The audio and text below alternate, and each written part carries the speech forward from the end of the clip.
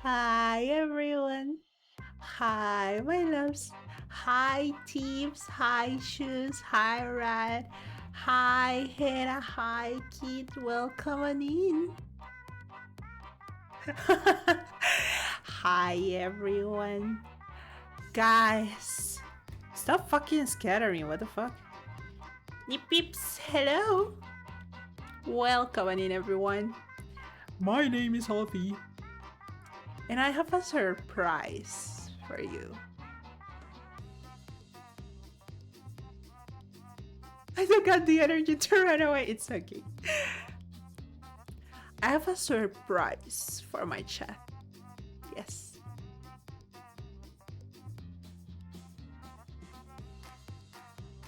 A surprise.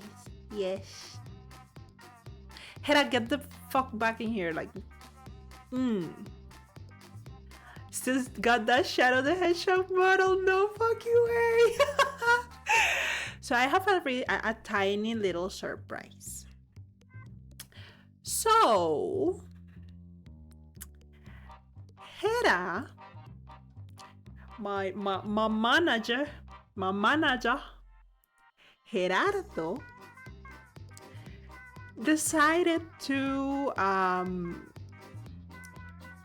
throw himself into a really weird hobby and decided to learn.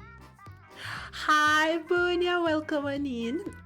So Hera decided that life was not hard enough, so he decided to learn a new skill.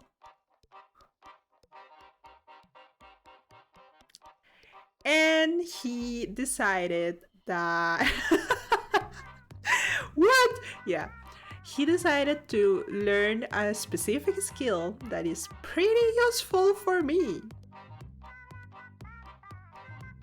So I'm going to abuse that power. Because don't preface it like that.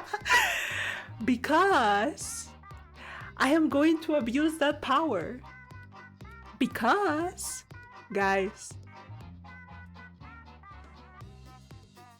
Hera learned how to rig the little Peanut Man. So now the Peanut Man is our TTS pet. No way, so cute! He's the Peanut! Right now, obviously, like Hera started learning Life 2D Cubism. I think it was like a couple of days ago, like a week ago. So for now, hi Suiko, welcome on in.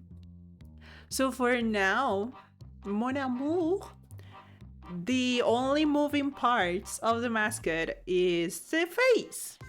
But it's enough to be our TTS pet for now. So yeah, Hera is still learning. So if any of you see anything weird on the Tito pet, it's okay. That's okay. It's a good start. It is really a good start. Like the fact that he was able to do that in like a couple of days is really awesome. Also, thank you, Hera, for making meow. It's working. The peanut had spoken. You guys heard it, right? Hera or go. So yeah, Hera actually went and asked Dastan for permission to use the peanut, and I think he also asked for like permission to like separate the layers and everything. So it's really, really nice. Dastan was completely in awe of seeing the peanut moving. And Hera is on vacation right now, so he won't be able to work on it a little bit more. But for now, we have a tiny little peanut TTS. It's so cute. Look at it. It's so cute. It's so adorable. So yeah, guys, now our TTS is actually you. Hera gets extra chicken nuggets. Yeah. He gets a couple more. But he's so cute. And now Teebs is in my chat. Teebs, you have a VIP badge. Did you know? Did you notice your VIP badge? You are one of the 4 VIPs in my channel. No worries, sweetie. You've been extremely supportive of me, so it's okay. I really wanted to give you that. One of us. But yeah, guys.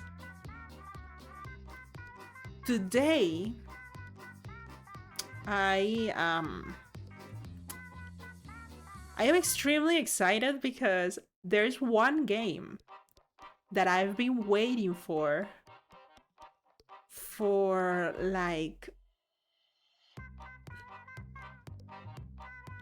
3-4 years. And the game is already out. It's a Chinese game. The game is already out in China, but they never gave any like date for the release in global. And because I'm a fucking history nerd, specific Chinese history nerd, I was like, oh, I really want that game.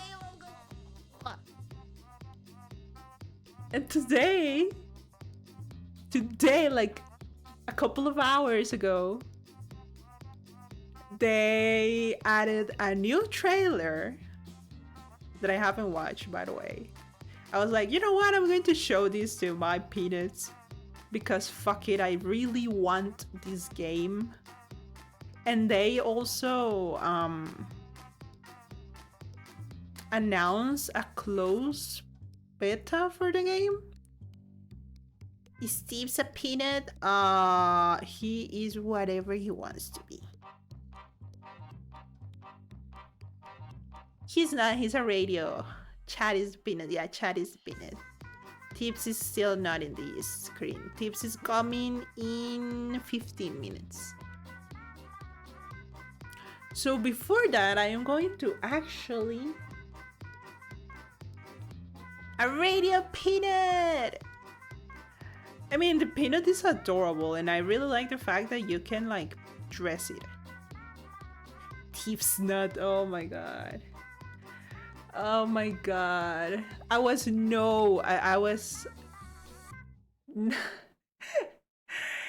any way, like in any point of all the process of creating this peanut, I realized how many like jokes about nuts I will get.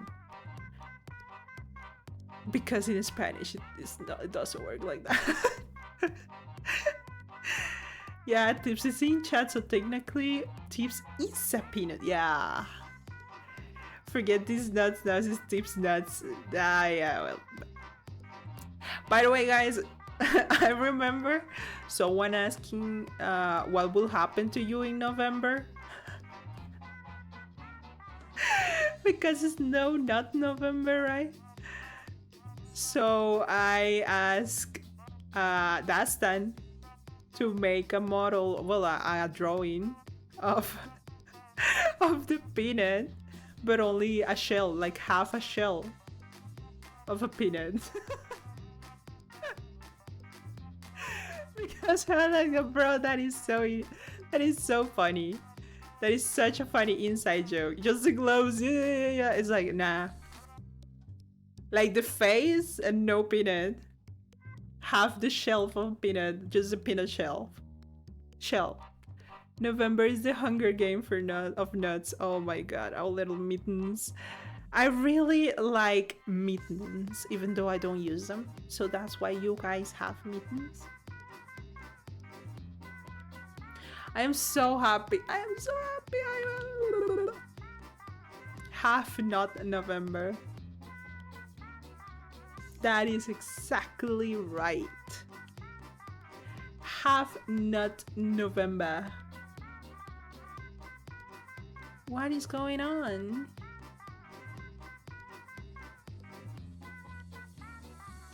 Oh, the TTS is muted. It's muted? No! The fuck you mean? Wait, what? Wait, what? Wait, what? Wait, what? Don't tell me that, please.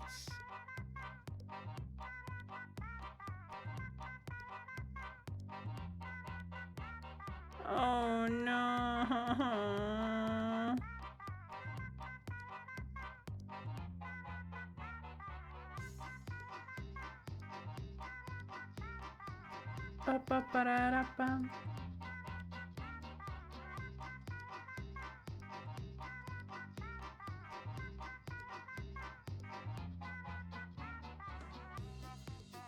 Okay, let me check.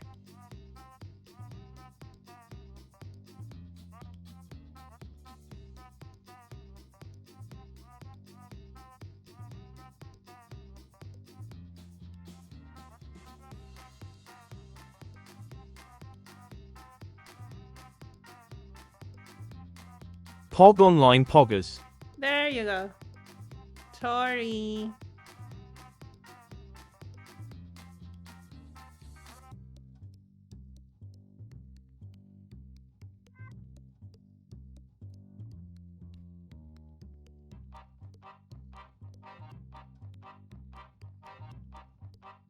Testing 1 2Ds. Okay. It's walking now. Thank you for letting me know. The TTS is alive. Oh, guys, by the way, I was telling my chat, my Spanish chat yesterday. Apparently, every time I change the language, I need to refresh the audio source, which makes absolutely no sense, but whatever. We live, we die, we live again. That sounds like my streams, my normal streams. So apparently, I went and tried a lot of things to fix the TTS yesterday before my stream, my Spanish stream. And I was telling my chat that everything, like every single setting on Twitch, on OBS, on the TTS thingy, everything was exactly the same as it was on Sunday when it was working perfectly. And I couldn't find anything that was different or that was wrong. And then I was like, what if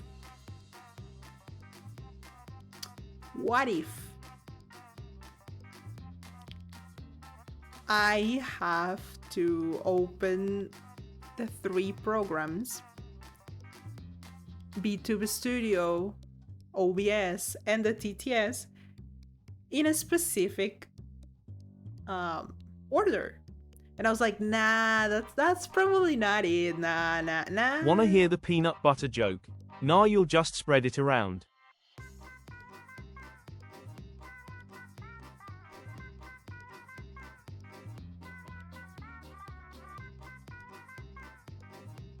Wow.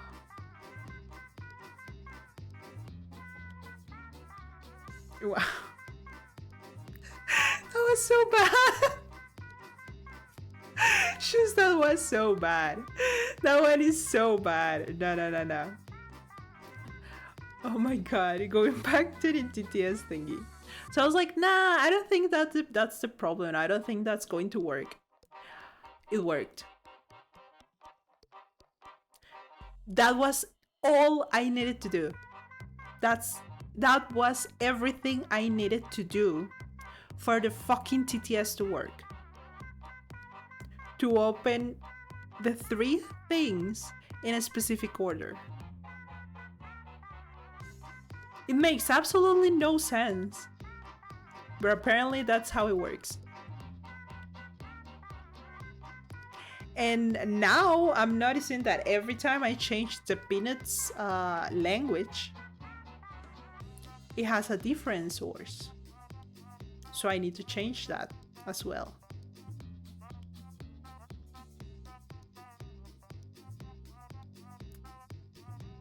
Streamer problems, who cares, right? Who cares? I will like you. I will ask you guys for your opinion, but to be honest, I don't care. So I'm going to show you. We are going to watch together the trailer for the game that I want. Because again, I will ask, but I don't care.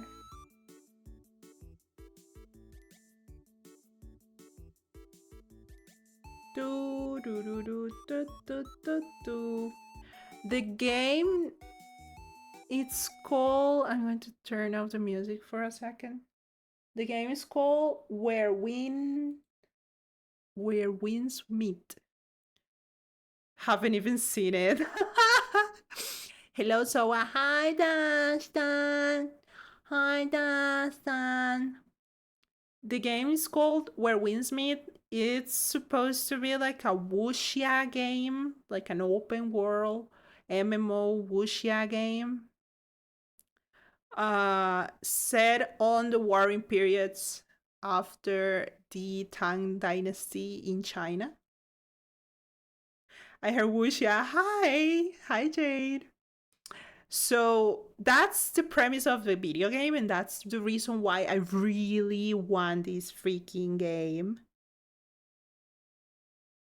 Ba, ba, da, da, ba, ba, ba, ba. So we are going to where Will Smith? Yeah. I haven't watched the new trailer. This trailer, they uploaded this trailer 5 hours ago. 5 hours ago. I've been waiting for this game to come globally. There's more tests coming for it to. Yeah. 5 hours ago, they tweeted that they were looking for people for the closed beta test. That's why I am showing you guys this, because I really want this game. Like, this game looks so good.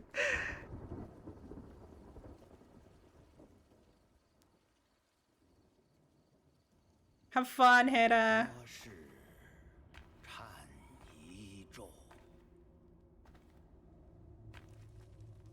中命瓦夫格，十万横魔界，碧血平苦托。 Be too quiet. 愿望曾颠覆，春秋气醉我，但愿情是爱，谁家妻儿说？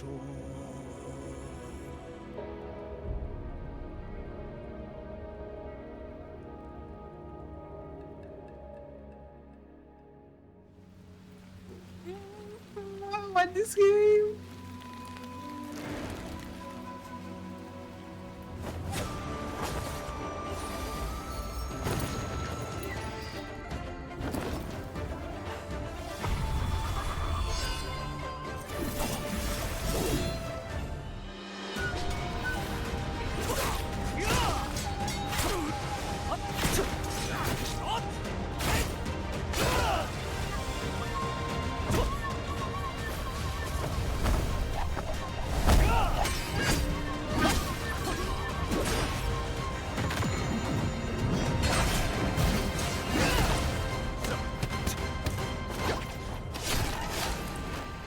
Oh my god, I want this game!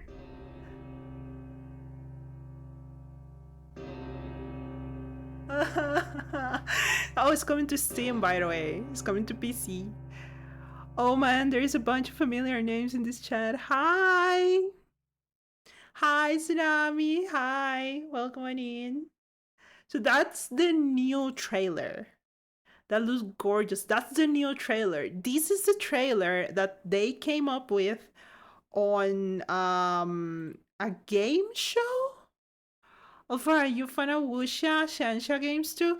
I'm a fan of wuxia / shanxia stuff, and I'm a basically history nerd. I want to play Dynasty Warriors now and it is your fault. Oh my god, Dynasty Warriors, so good. I don't have it, by the way, but I really want. Where Winsmith will also be on PS5 and the game will be cross-platforms. Yeah, I saw that, because for 1 second they said that it was going to be exclusive to PlayStation, and I was like, oh fuck no. I need that game on PC. I was like, This is the first trailer that they came up with, and I love this trailer so much because of the poem, the poetry.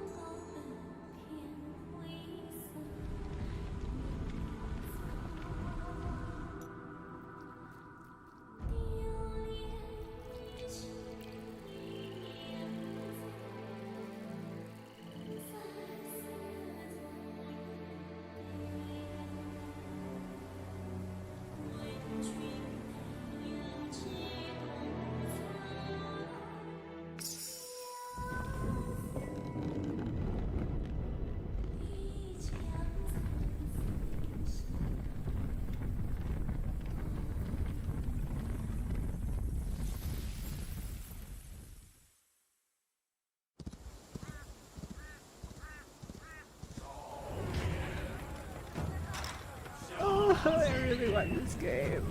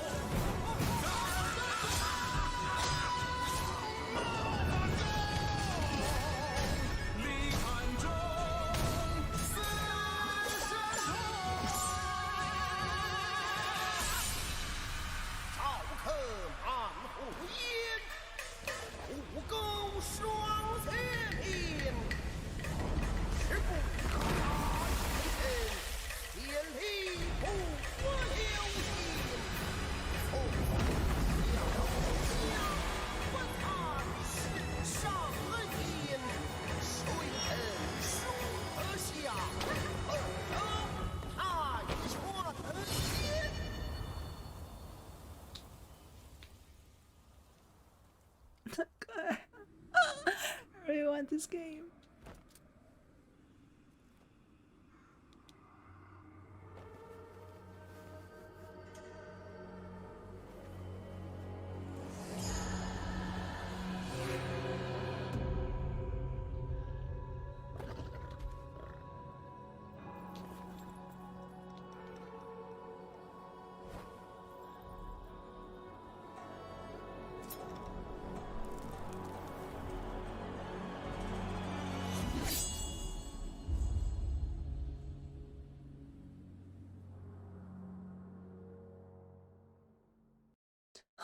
I really want this game.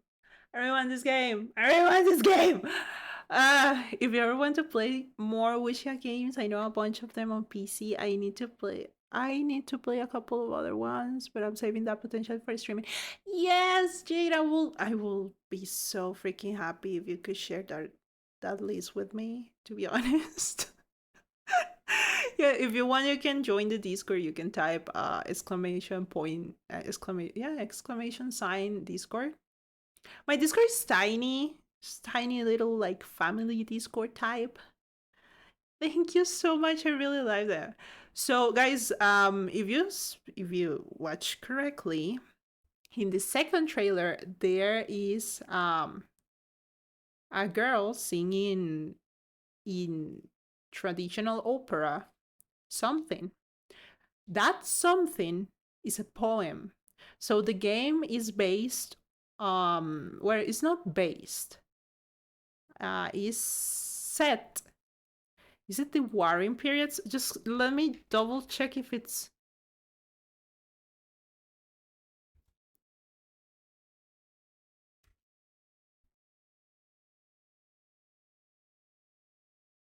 no, the warring period. Wait.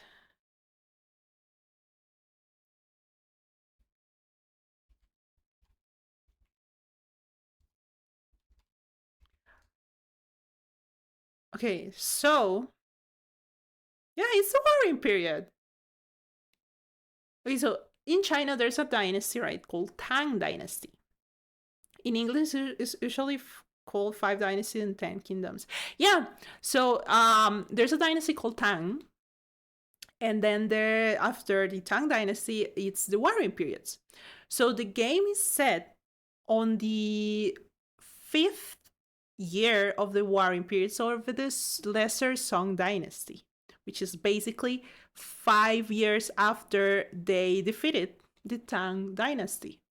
The poem was created, like it's a real poem, and it was written by the last emperor of the Tang Dynasty that at that time was how do you say this, like slave? No, it wasn't a slave.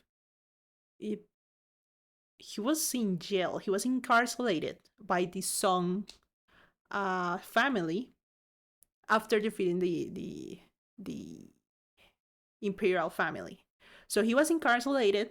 He was in house arrest because even though they were like enemies, they had a lot of respect for the last emperor of the Tang dynasty and for the Tang dynasty as a whole. So that he was kind of in a house arrest, and he wrote that poem. When they found that poem, they thought that he was kind of thinking of rebelling against them, of going back into being the emperor of China. So they invited him to drink poison wine.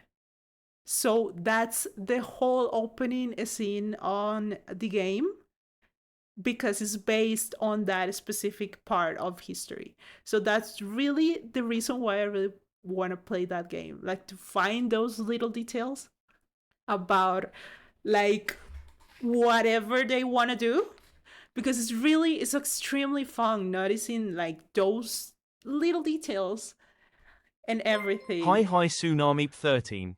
Hi Tsunami, thank you so much for the follow, sweetheart. But the game looks amazing. Like the game looks amazing.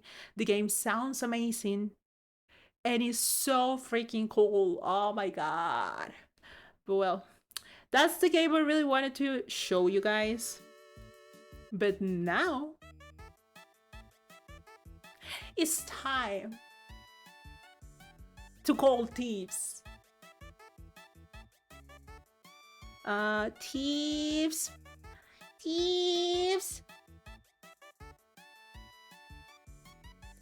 Knock knock. Hello? Wait. Don't talk. I said don't. Oh, there you go. Hi, Teebs. Hello.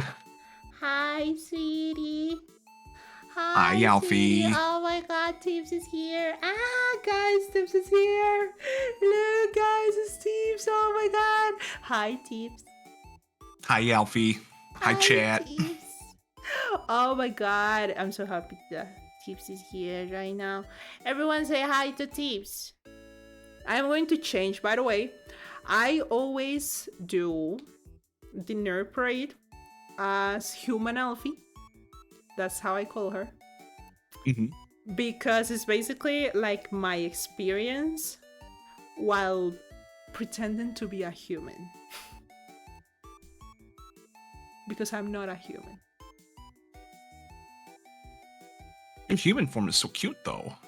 I know, but I am still like, I'm just pretending to be a human. Better than the crossovers in Marvel. What? I believe she's silencing Teebs. No. It's because like I don't know why my audio source of Discord doesn't like automatically take all the sound from Discord. So I have to like root it. Aren't we all pretending to be humans? I don't know. Hi, Lie. Welcome in. So, Teebs, I'm going to show you, well, share my screen so you know what we are going to talk about. So you don't have to wait for the stream to refresh. Yeah, the nice thing is it's not a big lag on there, but yeah, screen sharing is good. It's still better. There you go. Share screen.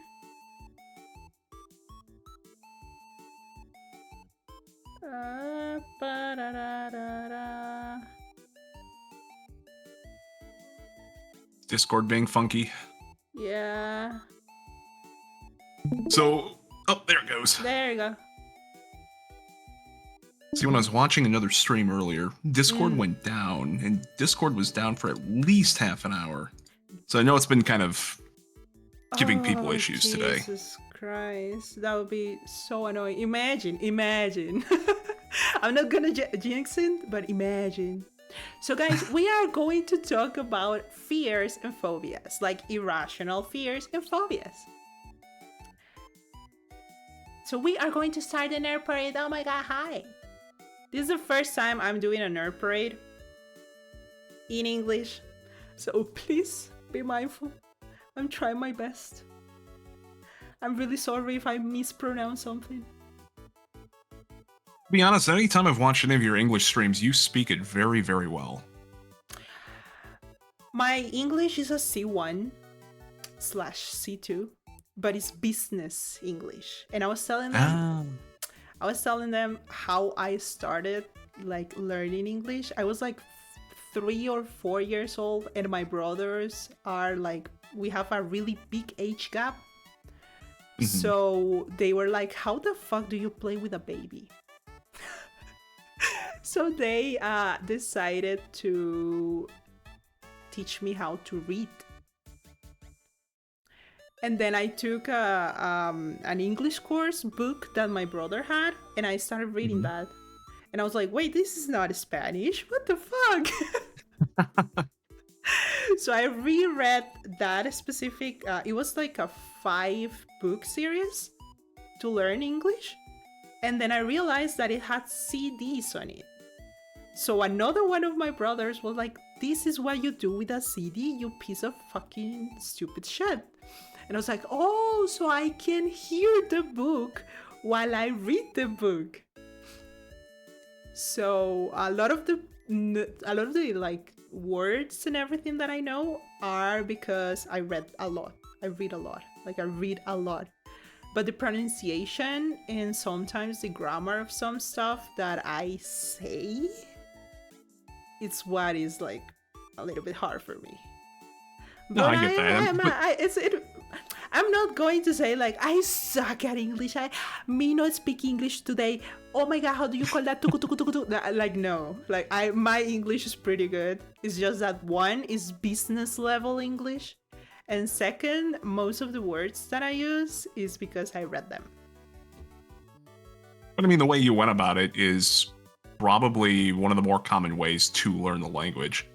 So, and you kept at it too. If you kept at it all these years, then I mean that's a great way to go about it. Even English speakers struggle with the word pronunciation after reading the word. 100%. Sometimes I gotta say, this is going to sound so weird. I have to push myself. Like I have to consciously filter the words through my tongue so they sound a little bit more American, or like to keep the same accent that I'm doing right now, because if I don't, I either mispronounce them or I go completely British. So you'd be like shoes then?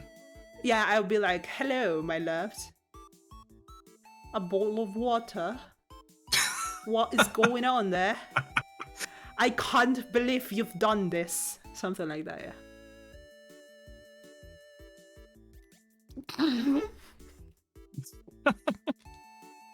No, I get it though. With one of the jobs that I do, I've really got to focus on pronunciation and the enunciation of things. So if I'm not reading something, then something like this, I might start to read really, really fast, and then half of my syllables go out the door. How is the best Latina wife ever doing tonight? Love, Blush. Hi, Juno. Welcome on in. There's my German wife. Juno, I learned how to say, never mind, I forgot. Bayerische Motorenwerke. I learned how to say that fucking brand's name finally. So Juno is my parasocial platonic German wife. Just for you to know. Oh, by Juno's the way, awesome. you don't listen to the TTS, right?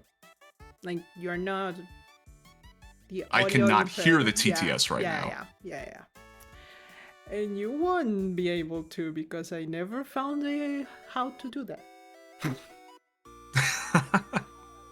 It's okay. I've been trying to learn how to filter things through my Discord sometimes if I'm doing a collab. So that way people that I'm collabing with will hear sound alerts or they will hear basically the same thing I'm hearing. And I'm still struggling on that end. Yeah, I saw a lot of things, and I saw that everyone was working with Voice Meter Banana. And I was like, oh, bro, I already set my mixer. And it's a completely different mixer. And I've been working with that mixer for like years now. So going to another one is going to kill me. But yeah, I'm sorry you don't hear the TTS. I can turn up the stream a little bit, but then I'll get that lag, but that's okay. Okay. So, going back to what we were going to talk, this is basically a normal nerd parade. You and I talk, we look to the chat, we read some messages in the chat, and we keep talking, okay? Yeah. That's basically I'm ready.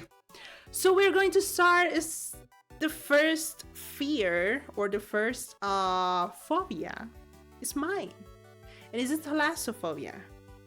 So for those of you who do not understand what thalassophobia is, it's basically a fear of the sea. But not specifically the ocean, like, oh my god, I see the ocean and I'm scared. You're just like Joel. No, I'm worse. I'm worse. I was about to say, we know a certain streamer that suffers from this. Yeah, no, I'm worse. Like, I'm so much worse. So whenever, it's something like weird because I can see the ocean. I can see a photo of the ocean. That's totally okay. I can be on the ocean. Like, I can go to the beach and just be around there and looking at the ocean. I'm completely okay. My fear triggers whenever I see something under the surface of the ocean. Like under the surface of the water. If something goes like under the water. Mm-hmm. Oh, sweetie. And that goes hand in hand with actually one of Teebs. Because I'm going to explain to you a little bit about how my brain works with one of your fears. Because it's also the fact that I cannot see the bottom. Like, I cannot that I can see understand. What is under me. So it's just so annoying for me. I see videos when they are recording water movements. I'm done. I'm done. I cannot watch those videos. Those photos that are normally like half and half of the things that are on the surface versus under the surface, that has like the water line in like cutting the photo. I just can't. I can. I'll take it. Pools. You don't have any problems with. Yeah. Actually, pools, I don't have any problem. If the pool has like a weird color and is not transparent, then yes, because I cannot see the bottom. But like clear water, I'm all good. Even rivers, like I don't have any issue with rivers. I think it's like the deep things. If kelp See, the thing with rivers for me is rivers have currents. And sometimes if a river is even calm, you won't see the underlying current. Mm-hmm. And that's more the fear of like a river, because the current pulls you under. Mm-hmm. Rivers, like deep rivers, and also lakes. Lakes tend to do that a lot. I fucking hate lakes because of that. Because you looked at a lake and it can be calm, but it has a lot of undercurrents. So it's like, oh no, nuh-uh. So yeah, that's basically my fear. That has to do, I'm going to change a little bit of, I know you're looking at this as well, Teebs. Yeah. But I'm going to change a little bit so we can talk about that one. Sure. Hi, Galaxy, welcome in. before anyone, before another one. So that's one of my fears. I am extremely, extremely scared of the ocean and like stuff under the surface of water. Yeah, something like this and the picture you're about to go to. I used to have a little bit of thalassophobia, but and it kind of goes in with what we're about to talk next. I think I've got over it because I've got control over that height, basically, on the water. At one time, I tried to get certified as a scuba diver, which I would like to still try to get done one of these days. Ooh. But having that control over the surface and what's underneath. Now, maybe something of this depth in the photo that you're showing right now, yeah, something like that might still get me. But if I know that the spot we're going to only goes down to like a certain depth, then it's not going to bother me so much. Yeah, even though if you cannot see it, knowing how depth it is, it's like easier. Okay, that makes sense. Now, if I cannot, even if I know, even if I say like, oh, it's only like 2 meters, whatever. Nah, if I cannot see it, like, nah. Yeah, I get that. So we are going to the tips one. We are going to the tips one. This is tips one. Sorry, this is tips one.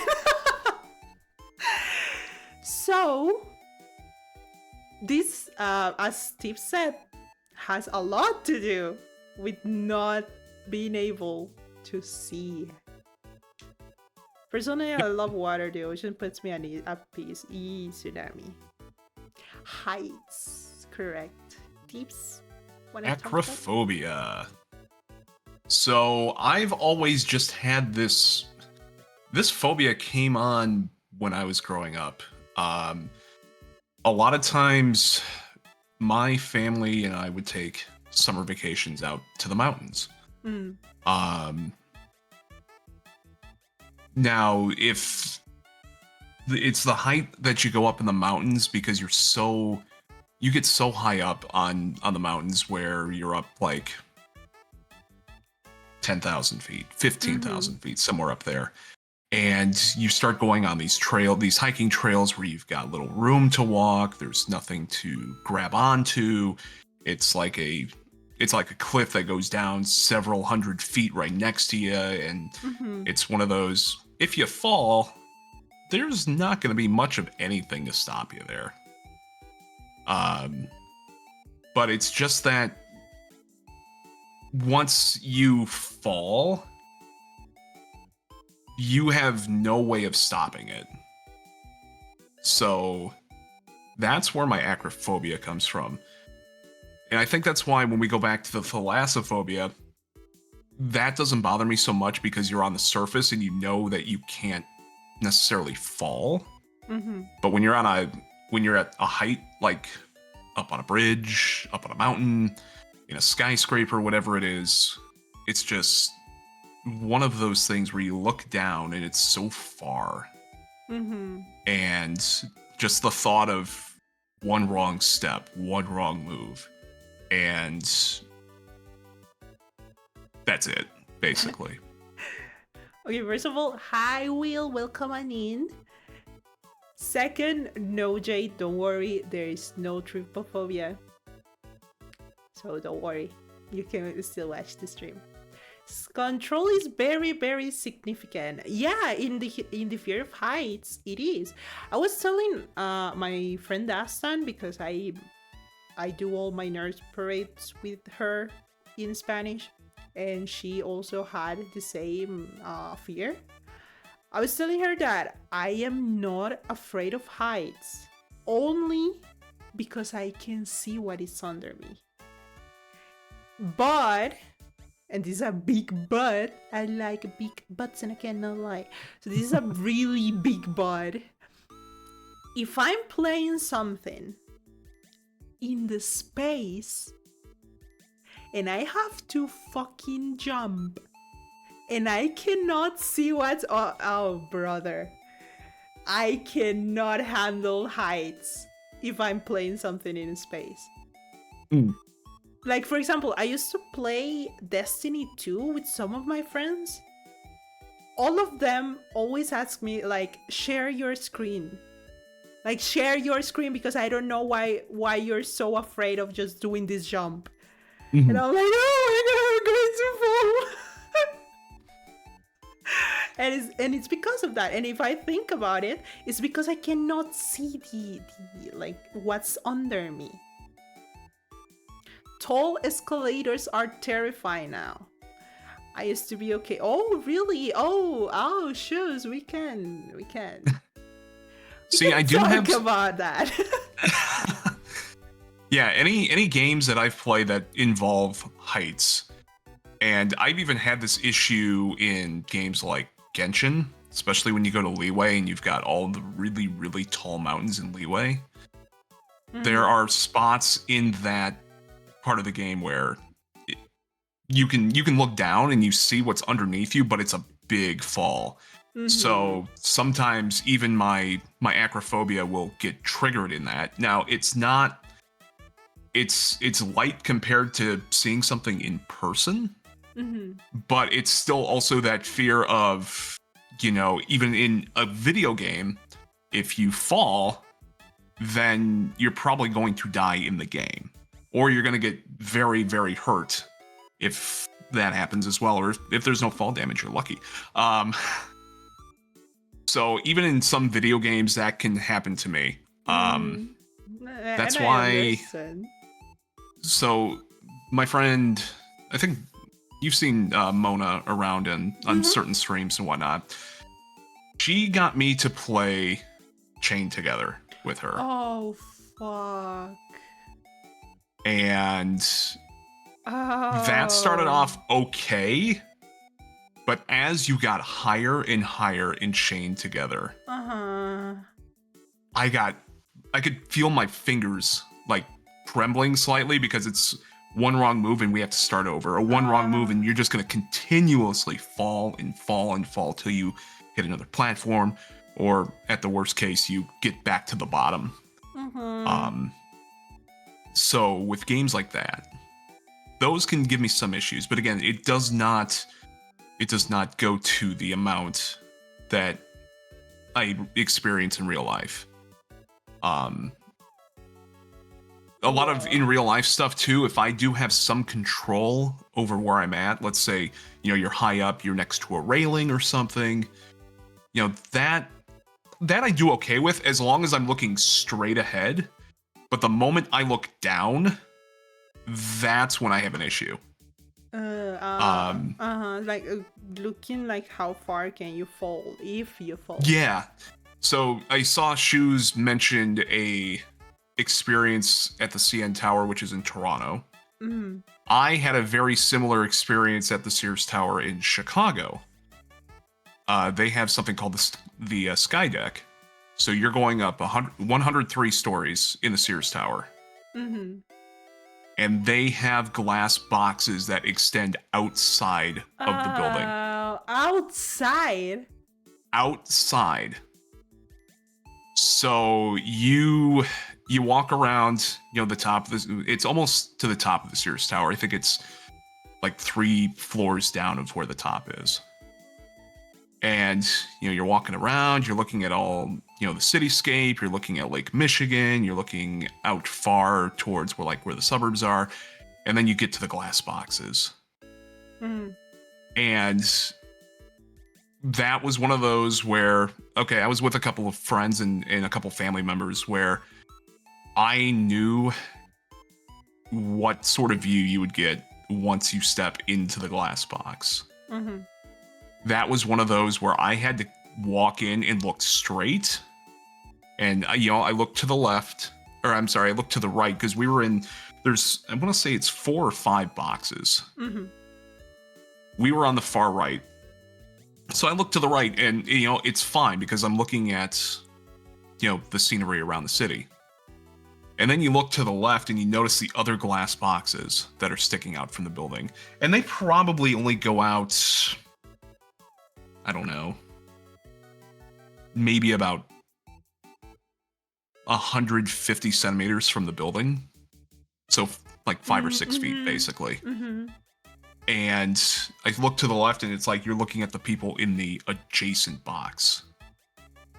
Oh. And then that's where my brain's like, I look up, and you're looking up at the building on the outside, and then all of a sudden, my head does a slow dip down, and Oh no! all I'm looking at is glass and my feet, and I know it's a solid surface underneath my feet, but you're not seeing a floor.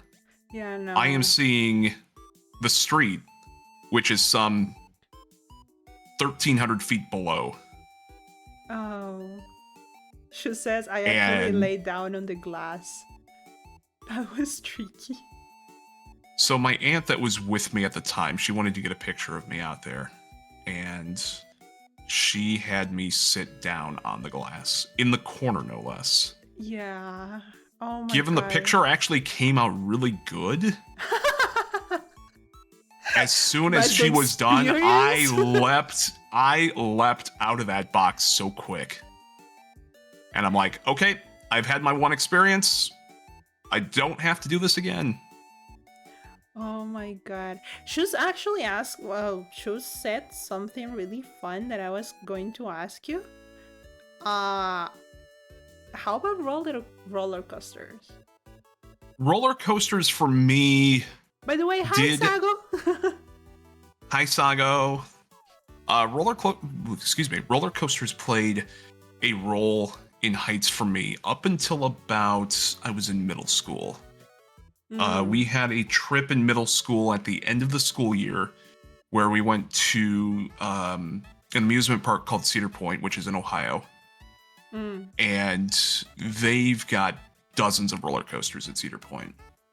It was not my first time going there, but my mom was one of the chaperones with our class that week, and she knew about my fear of roller coasters. So she took me and a small group that was very similar to me, where we could handle some roller coasters, but not like the ones that go up really, really high or whatever. So we did some of the lighter rides and whatnot. So we go through the day, everything's going good, and we're getting to like the last hour.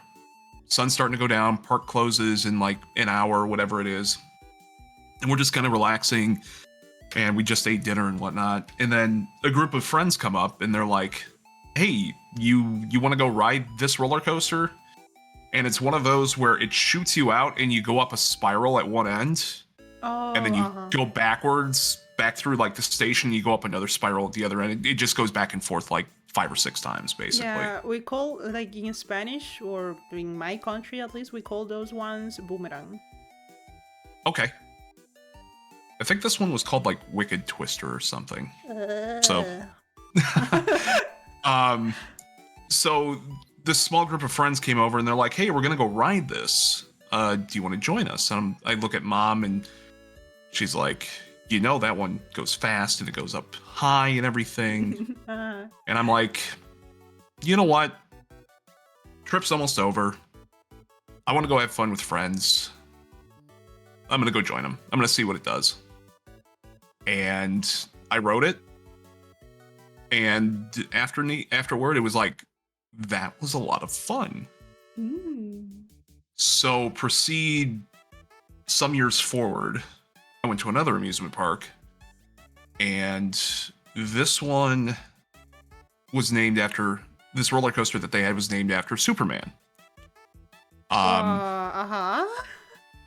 So what this does is it was another like suspended roller coaster. So you've got the shoulder harness that goes over. But the unique thing about this one was after everyone's strapped in and ready to go, the cars like fold up. So you are laying flat like you're flying like Superman. So it's like it's not only a harness for your shoulders, it gets you at the waist, and then it also gets you down on your legs. So that way you're pretty much locked in. Oh hell no, says true. And when I did that one, I was like, okay, that one was a lot of fun too. Fun. So over time, my heights for roller coasters and my fear of bigger roller coasters went away over time. So there are probably a small handful of really tall roller need this coasters that ride I've as a still huge not ridden Superman to this fanboy. day, which I'd probably go do now. I think with roller coasters, it's another one of those. You have maybe because you're strapped into the cart basically. You've got a safety belt. You've got the harnesses or whatever it is that they put over you, so you're not going anywhere basically. You don't have your brain that just trips you and you fall. Correct. So It makes a lot knowing of that sense. knowing that I am securely in a seat, I do okay with those. That's fair enough. Yeah, that's fair enough. That's really fun. I mean, I think it was because like you had good experience with some of them. Gets flashbacks to Final Destination 3. I am going to talk about Final Destination in a couple of minutes. Give me a second, Jonah. And you change that. Oh my god. I am scared of heights too. This is kind of fun, and I'm secured. Like I'm strapped in. So your brain was like, oh, this is kind of scary, but it's okay because I am not afraid to fall. Just because I miss a bit, like I don't know. But that makes a lot of sense. That was really fun. Continuing, we have one of my irrational fears. Okay. So here are like some phobias, some irrational fears just spreading around.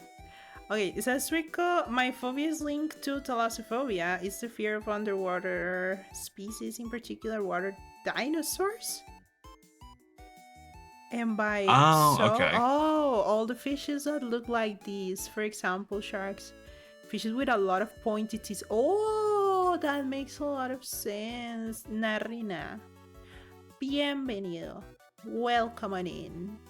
Does Final Destination can be considered an irrational fear? The deaths on there? Yes.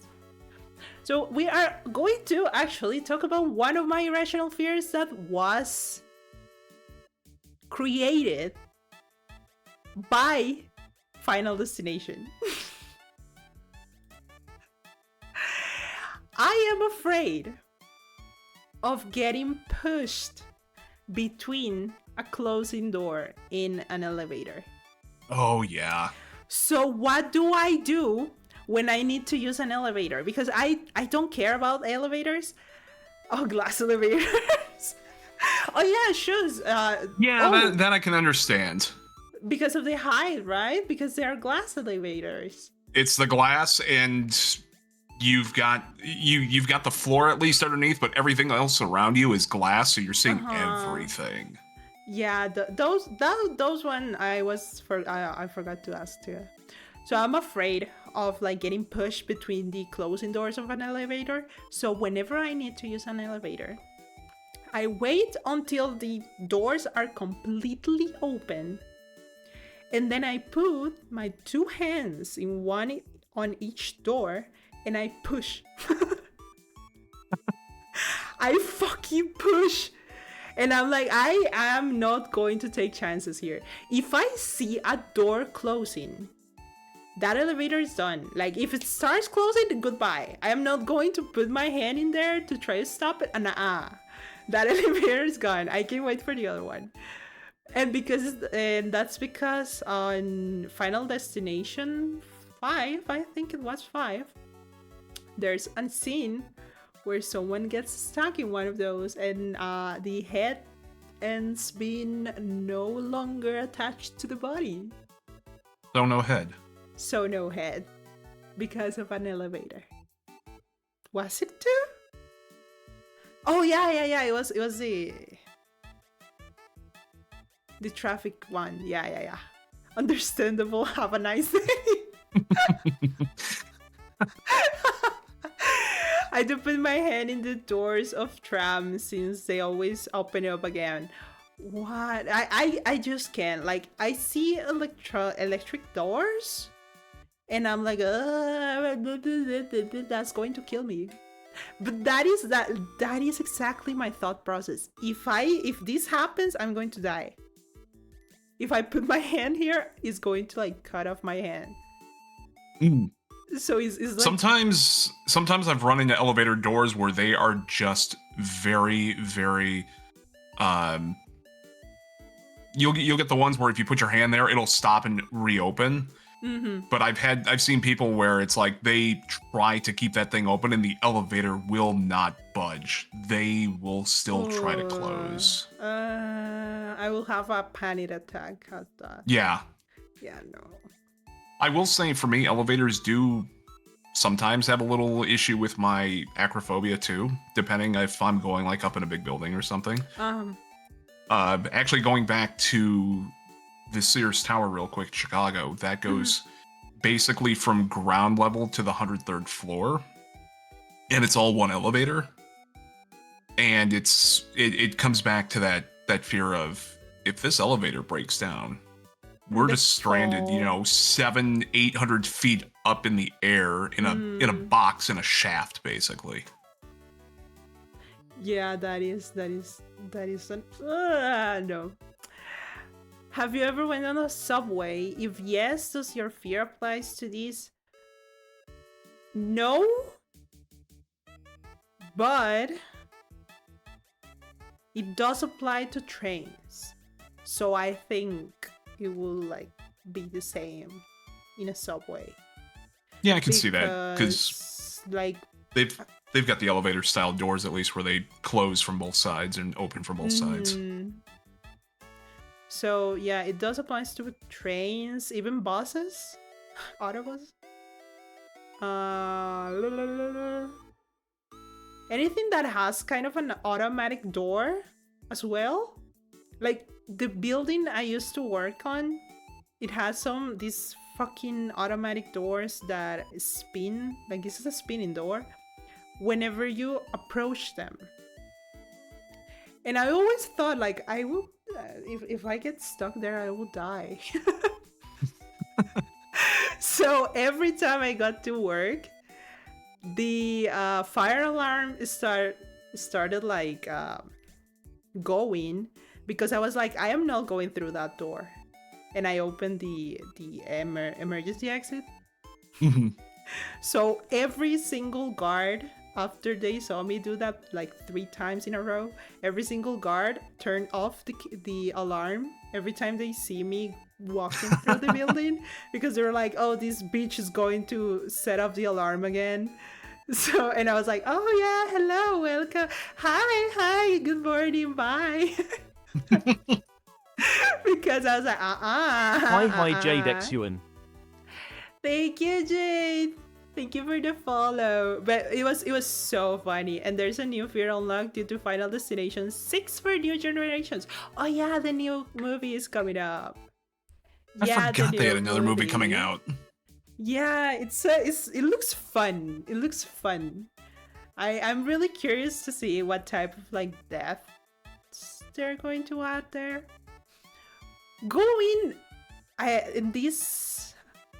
I put this first because I have a question for you with the next one. Sure. So we're going to the next one, which is Teebs. That I saw Suiko, I think, mention it too. So, claustrophobia. Claustrophobia for me doesn't necessarily go with elevators. I think it's because in elevator, you know the amount of time you're going to be in the elevator, so you're in the space, but you know within a few seconds you're going to be up to your next floor or whatever it is, and you're going to be out of that space. So elevators don't bother me in that regard. It's more of the regard of getting put into an enclosed space and being stuck there for a long time without any method of getting out, having the chance to like escape or anything like that. I think this really came to light when watching Kill Bill 2, where Uma Thurman gets put into the casket and gets buried alive, basically. She makes her way out eventually, but it's just not having control over an enclosed space that really gets me. And I had a couple of experiences as a kid going to like a playground. We used to have like this huge wooden built playground near where I lived. And one day I remember taking like a wrong step or something, and I went in between like two of the structures basically. And there was no way to get out. I mean, it was not intended to be in a spot where you should be able to access. It was just part of the infrastructure of the playground. But it's like I took a step and I slipped and went down. It was like 6 feet. And being, a little guy, I didn't have, the arm reach to try and get back up. So I was in this space for like 20 minutes until somebody realized, hey, there's a kid down there. Damn. And then, these kids went to get parents, and then my parents finally found out about it, and then they came to help, and that was like one of those, I'm not gonna go through there anymore. So I always had that issue with those types of enclosed spaces. And so it's like I would never make it out as like a worker that had to work with pipes or anything like that, or like sewers or anything like that. If it's that small of an enclosed space, it's a no-go for me. I have a question, because I have a friend that also have claustrophobia, but is for another reason. So she always told me that even though it wasn't like that strong. Oh, by the way, I saw Sago saying that these pics are worth gold. The visuals were made by Dastan, by the way.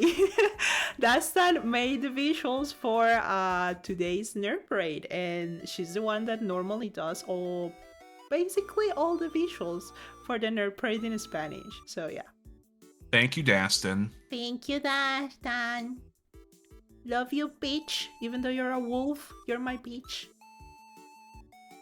My friend always told me that even though it's not like at the same level, like she doesn't get like panic attack or anything, she does kind of feel like that ickiness whenever she needed to go and grab something like in a... Hi Lalative. Lala, mi amor! Lala! Hi, Lala! Welcome on in. Lala, Hi, Lala. Lala, tea, mi amor! Oli, mi amor. Oh my god, Lala is here. Whenever she needed to go grab something like in the basement, or specifically in a closet in the basement, because she said that even though it wasn't like a close, like extremely close, for example, like sewer or something like that, it made her like not really happy, so she barely touched anything there. Is there anything that makes you feel like that ickiness, that not exactly fear, but that ickiness regarding like claustrophobia? I definitely have the ickiness out of that, because basements are dark. They're scary. They're dirty. My family had an unfinished basement, so it was nothing but concrete down there and the supports for the house and everything. And there's no ceiling. There's no ceiling basically between where the floor of the upstairs is. So you see the floorboards, and you see all the boards that go in between the floor between the basement and the first floor. In basements, typically, at least mine, you only had one way out. There were small windows down there, but they were just for, you could say, light. Now, obviously, houses typically have regulations with them where if you only have one method of exiting, like stairs to go back up, you still have to have windows that you can, get through in case of emergency and whatnot. But going into the basement usually did not have that effect of me because we had a pretty open basement. However, we had stuff also stored in the crawl space. Now, the crawl space is a different story because that was roughly like 2 feet of clearance between the ground of where that part of the house is and like the first floor. So you are crawling. I mean, it's called a crawl space. So you have to be down on like all fours to get through the spot. But my parents like to use it as a little additional storage space. So sometimes the holiday stuff would be put in the crawl space, or sometimes they would put things that we don't necessarily use on a yearly basis in there, or you've got things that you don't use anymore, but you hold on to for trying to think of what you call it, like value. I don't know. Yeah. Emotionally valued items and stuff like that. You throw in there because maybe every couple of years Sentimental you might value. Thank you, Yes, brain. Thank you, brain. See, English can be hard even for us too. So every now and then I would have to go in that crawl space to find something. And going in there, yes, the claustrophobia would really hit. But I think it was also because that's usually where the bugs and stuff were. I was not big on bugs growing up and whatnot, so you'd get bugs, you'd get spiders, you get other things in there, and it just like, yeah, I didn't care for it. And on top of that, there was no lights in there, so I would always have to go into the crawl space with a flashlight. So that makes a lot of sense. Yeah, it was dark, scary, not a fun place. Yeah. Very tight too, yes. I think that's the thing, like tightness, like feeling tight. Yeah, tight. Enclosed, tight, being like, even though I can kind of move, I cannot move as freely as I do normally. So I think that's the thing for the brain to go like, nah. And I think it was, I can't remember who brought it up not too long ago in chat there. They mentioned something about going into caves and whatnot. Oh, do you know? And cave diving. Yeah, cave diving, because we were talking about thalassophobia and diving and stuff earlier. Cave diving would definitely be one of those where you get like a combination of phobias. Yep. So while it looks really cool, and I do have some respect for people who can do cave diving to see, what's on the other side of some of the walls and stuff, that is definitely not something you're going to see me do. That makes a lot of sense. You do you, King. But yeah, I really don't have claustrophobia. It's dark, it's cold. No, thank you. Pretty much. I really don't. It's funny because I don't have claustrophobia at all. But I can totally understand the reasoning behind it. Because even for me, that I don't have any, like, that fear, like, extreme fear, I'm like, okay, this is annoying, this is awkward, this is creepy. So it's really fun to see, like, the other side of the thing, the spectrum, the thingy. Thingy is my favorite English word, by the way. Thingy? Thingy. Because I forget words every fucking time. Mostly objects. I freaking forget objects, the names of the objects. So I'm like, like that thingy. That thingy, that thingy. The thingy that goes in the thing. That thingy. Oh, thingy. Okay. Thingy. I thought you were thingy. saying fingy, like middle fingers? fingy. No. Yes. That thingy. Okay. Yeah, I get that. So if you hear me say thingy, you know I'm talking about like. Imagine thinking cave diving Yep, is the fun and thingy, then the getting who's stuck what's upside it, the down for 11 hours. whatchamacallits, stuff like Alpha that. 103 It says, I used to crawl under the drink counter at work when I needed to escape the customers for a minute or two. It was peaceful, dark, and crumpled, and I miss it. I always forget verbs in past tense. That happens to me too. But that happens to me even in Spanish. So I know, like we know brain and we okay. Like I wouldn't like say that I enjoy like tight places, but I do enjoy dark and silent places. So I could understand that overlord, yeah. Going forward, I am scared of this. So we go from like phobias to just things you are scared because whatever. So when I'm going to talk about this, and I'm going to talk about another thing that relates to this, okay? I am scared of figures that are covered by a blanket. But like if I see the form and it's obvious what it is, like for example, these are like chairs and tables. Yeah. This is okay for me.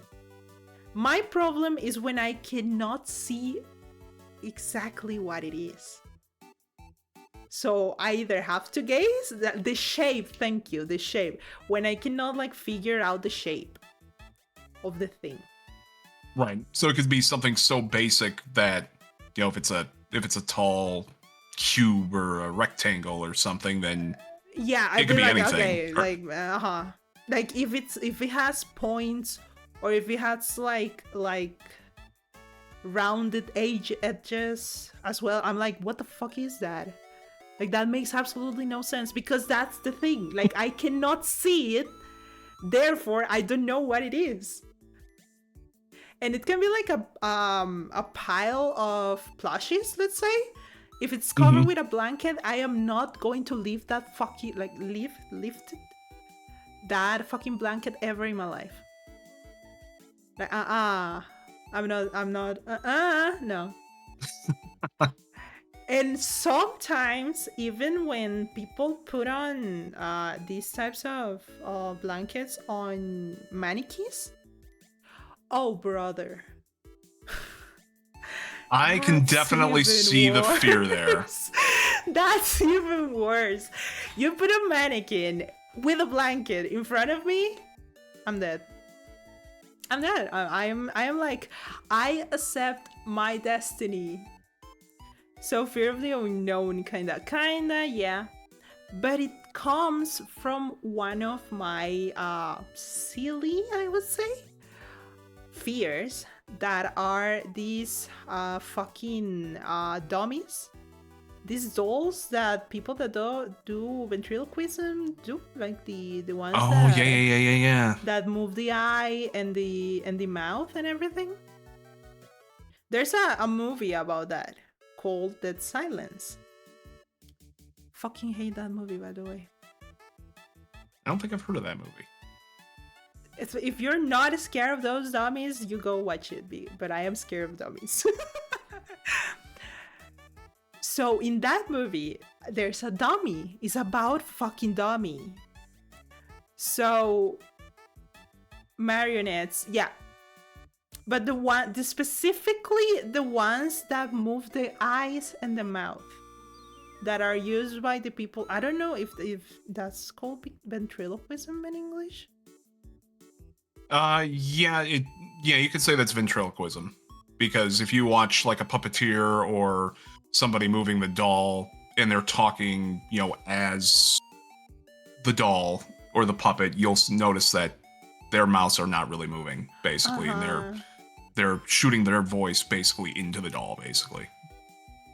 Mary Shaw, she had no children, only dolls. I absolutely remember that movie.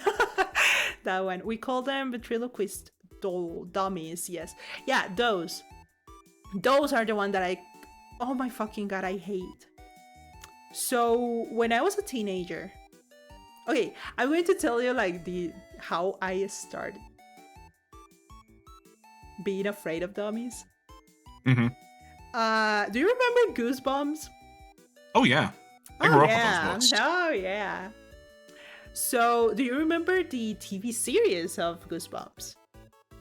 I vaguely remember the TV series. I didn't watch a whole lot of it because the books themselves enough kind of scared me at times, so I didn't necessarily always need to see the actual visual of the book. So there is one specific Goosebumps story called The Night of the Living Doll. I think I remember that one too. Yeah. So I was a tiny little girl that loved fucking horror stuff. My mom thought I was really weird, but she was like, well, she gets like, it calms her and makes her stop talking. So just let her watch whatever she wants, okay? That's my mom. One day, my mom was really angry because I did something. I don't even remember what I did, but my mom was really angry and she grounded me. And she was like, you are not going to watch Goosebumps today. And I was like, hey.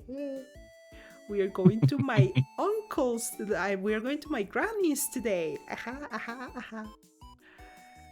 So I go to my granny's and I am like, Mom, I'm kinda yippy. I'm going to sleep. So I go to sleep to the exact same room where my cousins are.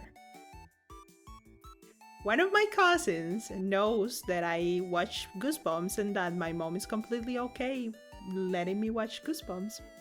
Mm-hmm. So I go, give me the TV, give me my Goosebumps.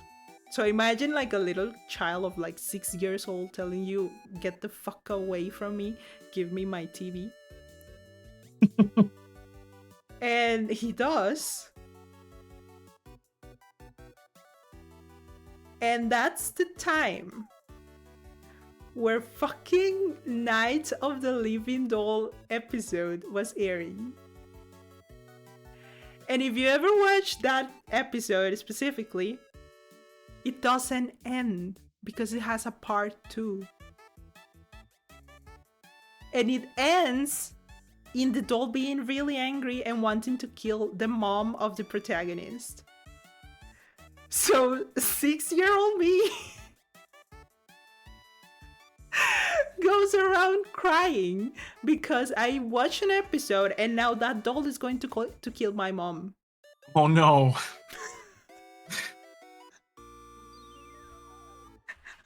Oh yes. That's the only like fear that I keep from childhood. Because like I cannot see a dummy at this point in time. I cannot see a dummy. So when I was a teenager, let's say like I was like 16, 17 when that movie came out. And one of my friends was like, "Oh, there's this new movie called Dead Silence. Let's watch it."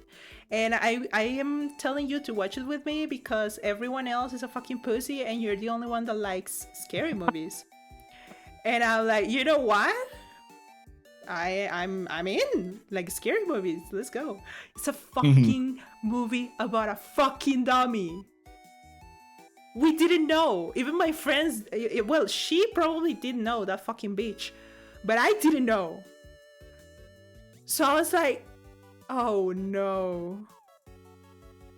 And in one of the scenes in the movie, there's the doll, the dummy, with a blanket on it. Oh no. So I was like, bro, what the fuck is this movie? Bro, what the fuck is this movie? And then I realized that one of my my eldest brother friend was a ventriloquist, and he got one of those dummies. And my brother was like, "Oh, send it to my house so my sister can receive it." And I was like, "You send that fucker here, and I'm going to burn that bitch." As you should. You send that fucker to my house, and I'm going to fucking burn that fucking shit. I was like, no.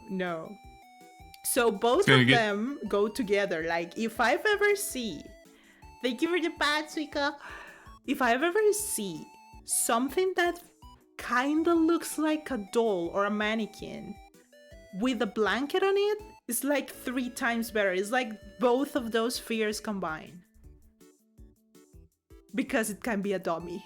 I know there's a dummy under there. Right. So does this fear also extend into like certain puppets or all puppets? So my question, I guess, would be like, if you were to watch the Muppets, like with Kermit or Piggy, no, Miss Piggy or anything. It's only for the ones that look human. Okay. The ones that look human, and again, they have to move the eyes and the mouth. Okay. Because I think Kermit doesn't move the eyes. Only like correct. Yeah, it's usually just mouth and arms for them. They're more puppets than dummies. Right. But yeah, it's like, oh my god. When I saw the particular streamer that we all know and love, right? Mm-hmm. I was like, oh, is he a dummy? And then he's like, I'm porcelain, and oh, then he's not a dummy. We're all good. We're all good. So Annabelle is also a no-go, correct? Annabelle, I cannot watch the Annabelle movies.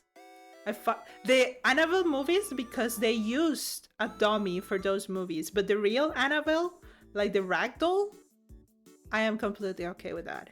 How about Chucky? Chucky is a children's toy, is not a dummy. So see, that was gonna be one of my questions for you, is if Chucky fits the criteria for you or not. What's the criteria of a dummy? But yeah, Chucky is children's a children's toy. A children's toy. Gotta go now. See you later, Sora. Bye, Sora.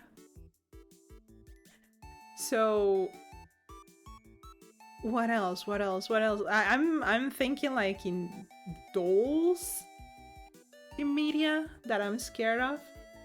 But that's basically like needs to be a dummy, like okay. moving the eyes, moving the mouth, looking human. A children's toy is possessed by a serial killer. Yeah, but he cannot like move the mouth or anything. No, like Chucky, it's okay. Chucky is okay. Annabelle, yeah, no.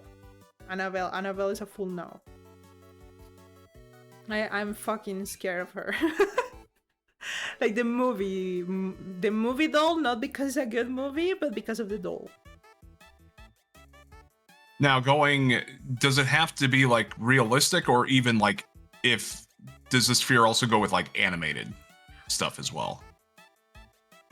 I saw one streamer that had this dummy from specifically this dummy from the Goosebumps movie made an emote.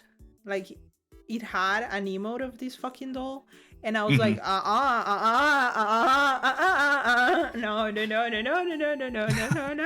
no, goodbye. You seem nice, but bye. So yeah, it goes hand in hand. Like the one I was thinking of is something as simple as like Pinocchio, basically. Pinocchio doesn't look like a dummy. Or you're talking about like Pinocchio from Disney, that is more like cartoony like. Yes, exactly, yeah.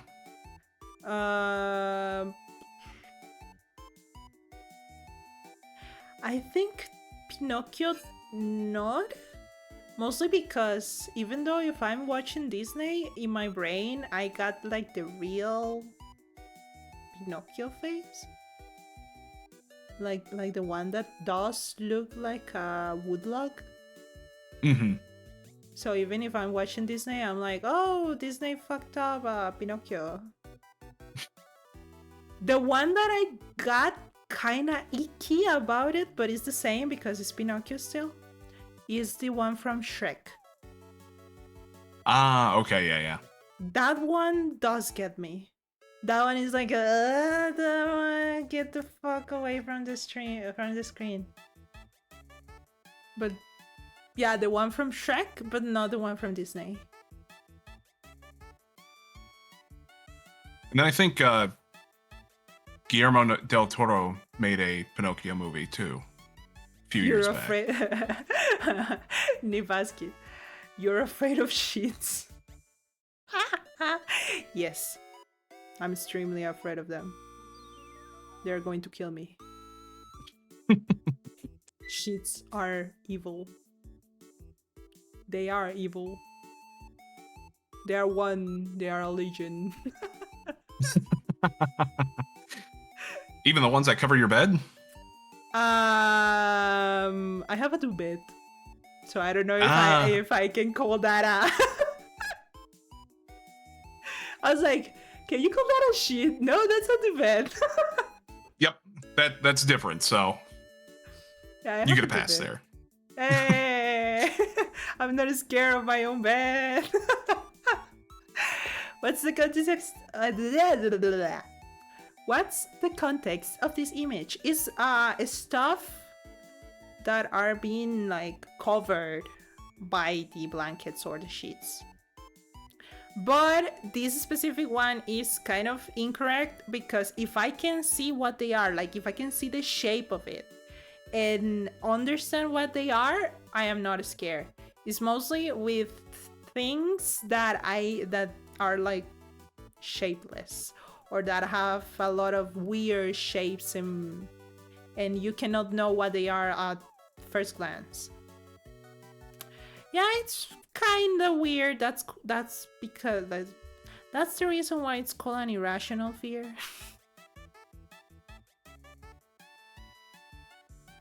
So moving on, we have a one fear that I'm going to let Flip. Oh my, I'm so sorry. I insulted you so much. I mean, Flip and I hang out a lot, so that is the worst insult I could ever tell. I feel like he felt when he called me American. Oh my god.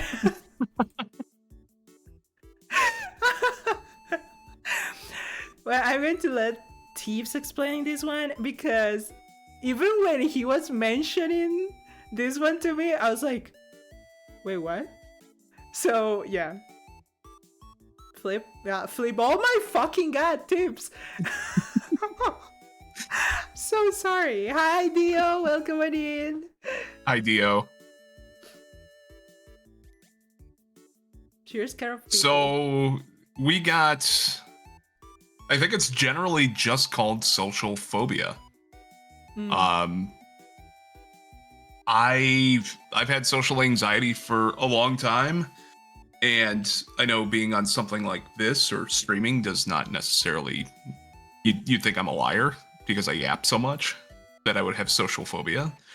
For me though, it's going to big crowded spaces where you don't know anybody, and my issue has always been I don't know how to strike up a conversation, and B, it's if I get involved in said conversation, then I don't know anything about the conversation that's going on, or I have very little input, so then I'm just standing there kind of just with my arms crossed, and I'm just listening and nodding my head and stuff like that. Wait a second.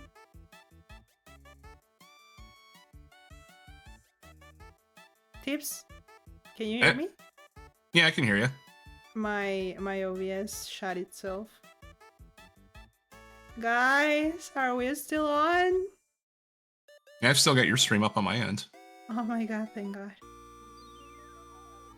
My OBS literally shut itself. Everything was black. Oh my god, I'm so sorry. I did see my Fugi disappear for like 5 seconds. Yeah. Everything went black, and I was like, oh fuck no. Even the stop streaming button wasn't there anymore, and I was like, oh. You're stuck streaming forever now. And then you guys need to like watch me speak Spanish in my Spanish streams. Even though you understand nothing. Infinited me. Okay, go on. So yeah, it's one of those things where it comes down to, yeah, I'm not big on social interactions or being around big groups of people. Like if I go to something I enjoy, let's say like a sports event or something, those get crowded, but I'm there. The main thing for me being there is the sport event instead of actually interacting with people. But let's say I've had the instance when I was working in radio where I would have to do appearances at times because we were sponsoring something or we sponsored something. Those interactions, stuff like that, where it's like you're going out to just talk with people you don't know, or you get invited to a group outing with people you don't know. So it's like you don't know how to interact around certain people. You don't know, what these people are like. You don't know their background or anything like that. So if I go to if I ever went to like a business party or whatever, like for the holidays or something like that, typically I'm the one that would probably sit closer to a corner away from a vast majority of the people and just kind of be to myself. I wouldn't be against accepting like an invitation for somebody to say, hey, come meet, so-and-so or whoever it is, and try to strike up some sort of conversation. I've just always found myself being more of a listener than anything. So I've always told people, it's like, if they need to come to me for something, it's like, just so you know, yeah, I'm a very good listener about things, and I will do my best to help you with something. But I tend to be very bad with explanations, or bad with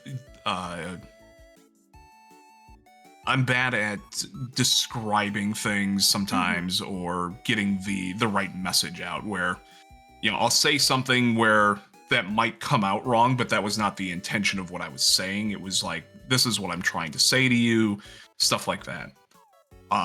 So that's always come down to, big groups that, I'll kind of either be I'll be more to myself, or I will just listen, basically.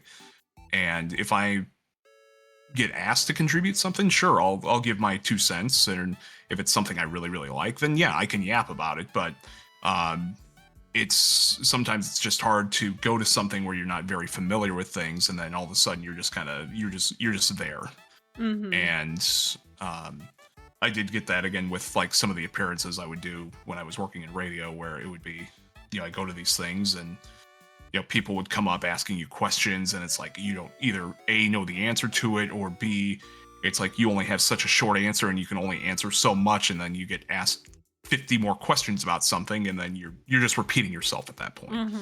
So it just turned out to be one of those things, even growing up through school, going to not necessarily like family reunions or anything like that, because at family reunions you know everybody, but just going to school functions, stuff like that, where for me, I didn't have a lot of friends growing up, going to school and whatnot, so even school functions were very awkward for me and whatnot. So that's what kept the social anxiety part of me. So, like, for instance, now when I go out and about, if I have to go take the train or the bus, or I'm just walking to wherever I'm going, I will wear headphones. I will listen to music. I will listen to. Sometimes I'll listen to streams, to be honest, because I like that Twitch has a listen in background feature where you can close out your phone, but you can still have like the audio on from a stream. But I just keep to myself now. It's one of those things where I've had bad interactions with people just out in public that if I show that I am trying to keep to myself and don't want to be bothered, then it usually works out. Sometimes I'll walk by, there's like people that are out that they're very extroverted because they're out there trying to support a cause or whatever. They'll be what I hate about some of these people is you've got a wide sidewalk. So a couple blocks from me, I've got like this shopping area that's probably good 3 blocks of shops and whatnot. And every now and then there's a coffee place I like to go to. There's a couple places I like to go get lunch at every now and then. But now I take like this detour through my neighborhood to get there because I know typically in front of this shop or in this shop, you will have 2 people that are on one side of the sidewalk and the other side of the sidewalk. So you're forced to walk in between them. And even when I'm wearing headphones, I look up barely. And it's like, if I make eye contact, I'm done. They are going to try and make that interaction happen. So I usually, like, if I'm walking and I see them, I'm looking more at the sidewalk, basically. But they'll get you, when you're still 20 steps away from them, and they're like waving and they're like saying, "Hey, how you doing?" and stuff like that. I'm just like, I have my headphones on. Just leave me alone. I get that you're trying to advertise or bring light to a serious subject or an organization that does good, because I've seen the organizations that are out there and I understand what they're trying to do, and their causes are usually good. However, it's one of those things where I'll see who it is and then I'll do the research myself. Because a lot of these interactions they're asking you to give money for. Or to sign something. Hey, can you donate this? And I've gotten into the interactions where it's like, well, I don't have any money on me and stuff like that. Well, we can take Venmo and credit cards. Like I'm barely getting by as I am right now, so I cannot help you. So now it's one of those where I just keep to myself. If I notice, on the next block that they're there, I will detour around, go to the next street over, then go up, then go back to the street that I was on and keep going just to avoid them. I have a question about that. Sure. Were you kind of anxious before our collab? Because even though we know each other, this is the first time that we're speaking to each other. Right. So, not necessarily, because I've been excited to be on here, to be honest. And I'm, again, very appreciative that you invited me. I'm very honored that you invited me, especially since you said this is your first English Nerd Parade. So I was just excited when you reached out to want to do this.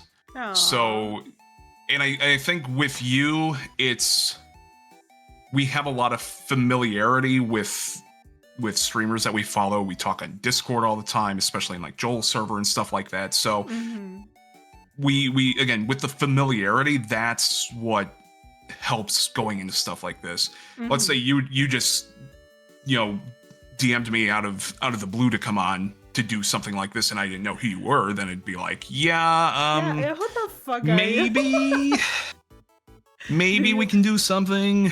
Do you even speak English? You fucking ass Latina, what the fuck? God, what the hell? Yeah, what the hell? Are you going to, like, I don't know, say something like gringo estúpido or something like that in Spanish? Like, what? But to answer your question, no, I wasn't like that coming onto this. I'm glad. I'm glad, because I was when you were speaking, like when you were talking about this specific fear, I was like, bro, I will feel so bad if someone is like nervous of speaking with me on my stream. Like, I am making them be here and like do something that they're scared about. So I was like, oh my fucking god, oh my fucking god, Teebs hates me, oh my fucking god. I was like, oh my god, please tell me no.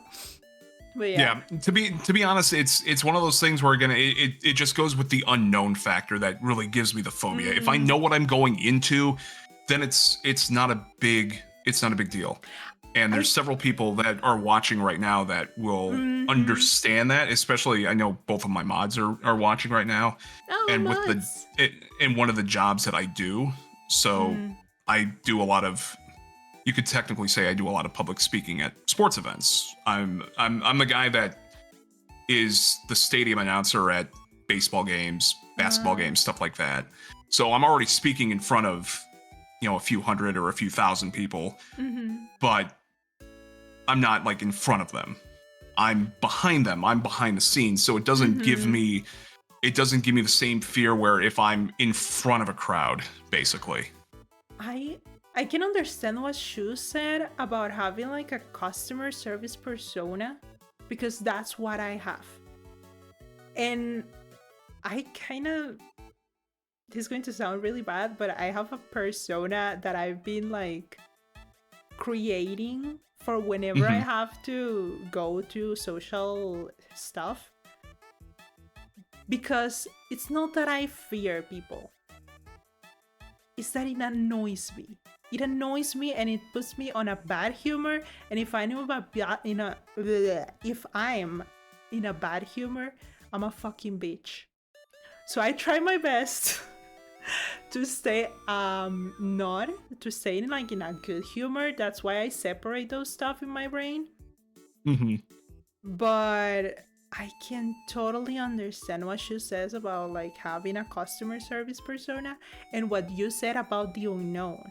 Because something that I do have, and I know a lot of my friends have, so I always help them with that, is when you have to go and do something in a place that you've never been. So you have no idea what to do. You have absolutely no idea where to go. I kind of feel the anxiety on those times, but I've always been, because again, my brothers and I had a really big age gap. I've always been really independent. So I've been always basically alone. Even though I have a lot of friends, I do have a lot of friends. I'm most like a loner. Every time I had to go to the hospital, I normally went alone. Or like medical checkouts, I normally went alone because my mom is really old and she takes care of my granny. So obviously I cannot depend on her. And I remember one time that a friend of mine was like, oh, let's go eat after your checkout. And I was like, oh yeah, sure, I'm fucking starving, bro. Like, I had to take some tests and I'm fucking starving. So yeah, sure. And I was like, just come to the clinic and wait for me here. And I know she also has like social anxiety. So I sent her a message and I was like, you get to this place. You get into the door that is this color. Then you take 5 steps. You go to the right and you will find the elevator. You go to the elevator, you press the 4th floor, then you wait, then you go out of the elevator, you turn right, not left, you turn right, you take 10 steps, and then you find a waiting area. And she was like, bro, you have no idea how much that helps my anxiety. And I was like, I do know, because I am the same. But if I can do it, I will do it, because I know how awful it is. So I try to help people with that. I also like when people feel like comfortable talking with me or having me around, because I know how hard that is, like finding people that you actually feel comfortable around. So I'm really happy that you're here, by the way. Thank you. Like I Have said, I I'm ever said how much I like you? a few times, I think. Okay. Why am I acting like Flip right now? Flip on my stream, it was like, have I ever told you how much I love you? And I was like, several times, yes. So yeah, now it went full circle. Who would have thought? Yeah, that's so saving when people understand anxiety. I do, I really do. And it's like I kinda I get angry a little bit with people that don't, because like it's not going out of your way. Like it's not something that will take you hours to do. It will be like just 2 minutes sending that message to someone with crippling anxiety. So I really get really angry when that happens. And I have like a lot of my friends, I said I have a lot of friends, right? So not all of them are introvert. A lot of them are like really hardcore extroverts. So they know that if they ever invite me somewhere that I've never been before, they better have their fucking phones in their hands, because I'm going to call them like 5 fucking times before I get there, when I get there, and whenever I want. Because I'll be like, where are you? I'm here. Where are you? What do I have to do? Where are you? Why is this guy talking to me? Come tell this guy to stop talking to me. And they're like, that's the restaurant manager. Be nice. And stuff like that. Because it's so funny. It's so funny. I make my friends, like my extrovert friends. Wait a second, my cat is screaming at me. ¿Qué quieres, Lucifer? No? No? My cat is screaming at me. Like, what the fuck? You're not giving them enough attention. I'm not, apparently. She's screaming at me. And she hates me. She never comes here at this hour. Never. She comes, screaming. Go. It's not dinner time, is it? It's like, no, it's still 1 hour left. No, go. But cats have no concept of time. They'll bug you for breakfast at 4 o'clock in the morning when you get up at 6 to feed them, typically. Yeah. Your cat name's Lucifer? That's so cute. Yeah, it's actually Lucia Fernanda. That's I like her that. full name, Lucia Fernanda. So it's Lucifer for short. But yeah, I also always use headphones whenever I go out. Meow. Now That cat's on my head. That cat's on your head, yes. I should move that, but you know, it's fine. I left it there because I realized that whenever they use the spray demo, the spray redeem, it sprays the chat. Oh, gotcha. So I was like, you know what? I'm gonna leave it literally like, you have a spinning cat on your head, yeah. But yeah, social anxiety is something that is extremely common, and I cannot understand people like not understanding that. He's talented like that. See? It sprays the chat. It's so useful. Oh, there it is. Now I see it. Gotta love streamer lag there. I'm so glad that it's not that bad right now, because I've had streams with a lot of lag, and I don't know, I already tweaked all of the settings that I could, but I'm like, you know what, it doesn't have that much of a lag, so whatever. But yeah, touching on it real quick before we move on, it's like when you know, if you meet somebody that has a lot of anxiety and you have it yourself, then that makes everything a lot easier to start getting interactions with that friend or whatever it might be. because you know the steps to take, you know what sort of pace to go at when it comes to that. I'm going to use him as an example because I saw him in chat. Dio is one that I've known for a long time. When I first met Dio, Dio was very closed up. Dio was in basically the way I put it with anxiety, because I went through it myself, is you're kind of in a shell. You're in your personal bubble, basically. And until you get familiar with an environment or with people, you are going to stay in that bubble or within that shell. So I know when I first met Dio, we knew we had a lot in common with each other as far as like games go, anime likes, stuff like that. But we didn't know each other. So everything was kind of quiet for a bit, but as we hung out a lot more, then things started to break a little bit more. He started breaking out of his shell a little bit more. I started breaking out of mine a little bit more. And now we've been best friends for a while now. So it's, when you know how to work with anxiety, it makes things a lot easier. Hapless Charmer. Hi, hello, welcome on in. Hi, Haps. Haps.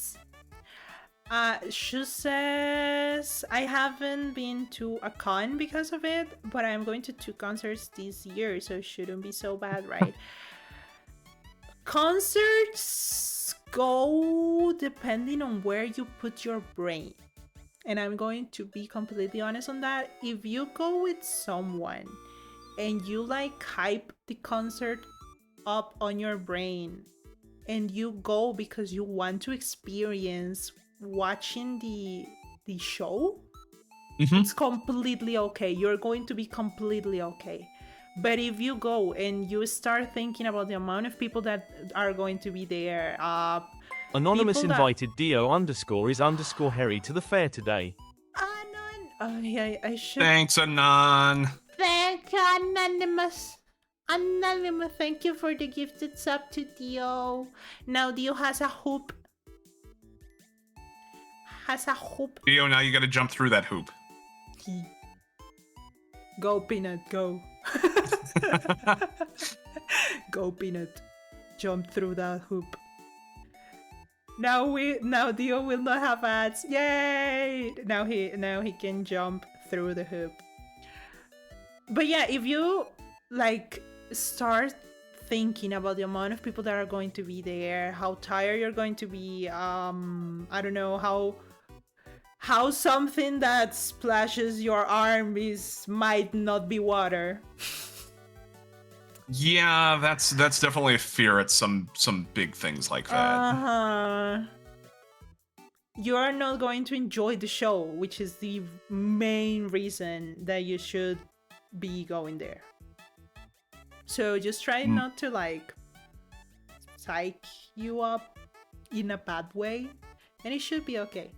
I've been to some concerts with some of my extremely introvert friends, so I'm kind of like the safety blanket of them.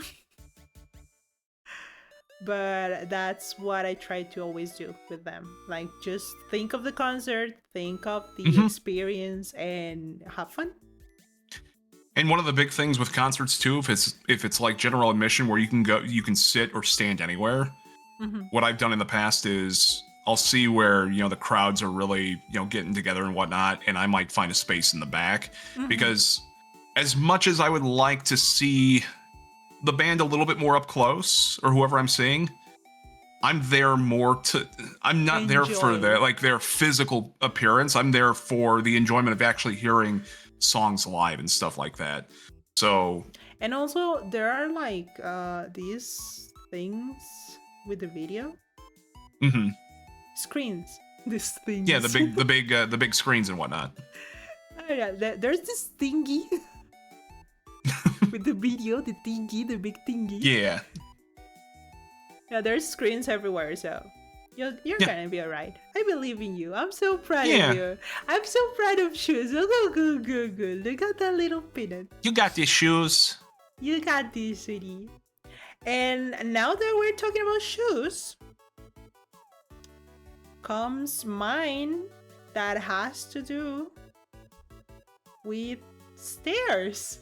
Because shoes mentioned stairs at the start of the thingy. So I am terrified of one specific situation. And it's oddly as specific, so be mindful. I am terrified of going down the stairs, whatever type of stairs you can imagine, going downstairs whenever on the floor that I'm in there's light, but the floor I'm going is dark.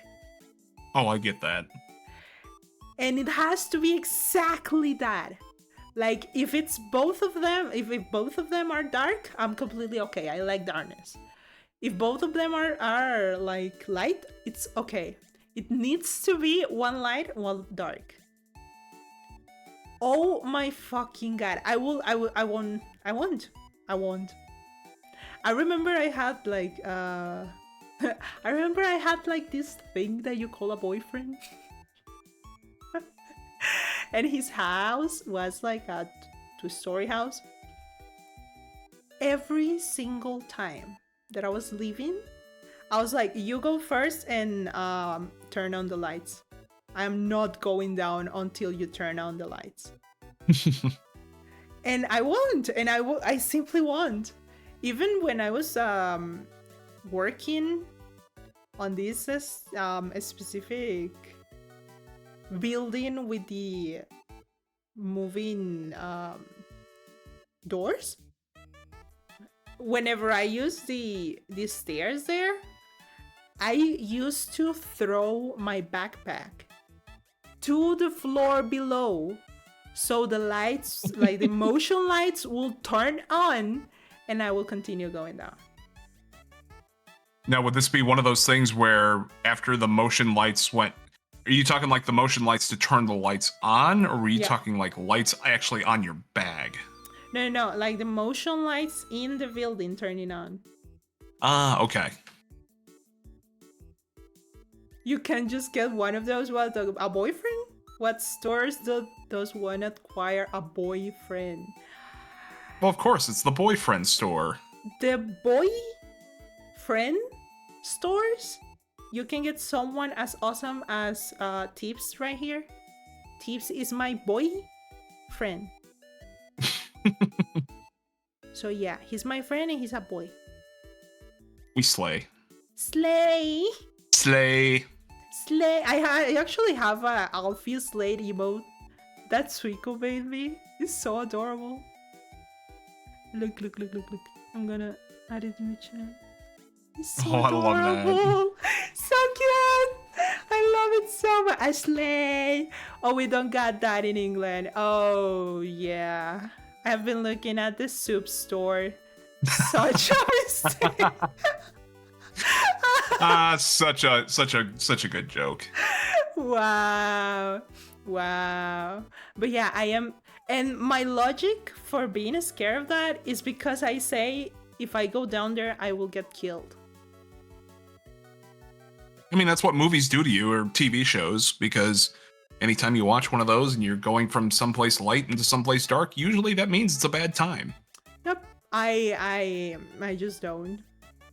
I will be like frozen in place in the let's say that in a dystopian world, like in a zombie apocalypse, let's say. Yep. I need to go down the stairs, I won't. Even if I see zombies behind me. If downstairs is fucking dark, I won't. Like that's the level of I am not going to do that I can get to. Because everything hides in the dark. Yep. I mean, Every we single if you've bad ever played thing through is in the Resident Evil, I dark. mean that's what happens in Resident Evil or Silent Hill or anything like that. Mm-hmm. Yeah, that is not going to happen. Just push the sumis into the dark to appease it. Someone in Spanish said that if I stare too long into this little square right here, where it's dark, where Dastan is, by the way, that's Dastan. Yep. If I, Me and the someone in boys on our chat- way to rescue Alfie. We never leave a friend behind. Probably you'll have to like go down, turn the lines off, the lights on, and I will go down myself.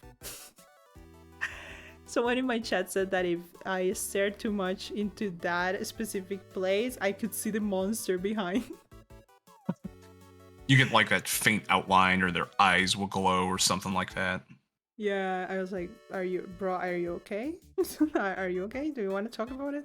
Me, when I go up the stairs in my house in the dark, sprints because of the imaginary monster behind me. You know, it's funny because I was telling my Spanish chat about this, the house of this boyfriend of mine, ex-boyfriend of mine, that I had absolutely no issue of going down or up the stairs when it was dark. But because both floors were dark. But whenever the second floor had like the lights on, but the first floor didn't, that's when I was like, nah, you go first. If someone gets killed, it's gonna be you, brother. But yeah, it's so fucking funny. It's dumb, but it's funny. But we are not getting to my dumb fears, and like you can see these two, right? Yep, I see That's those. going to be a while. Like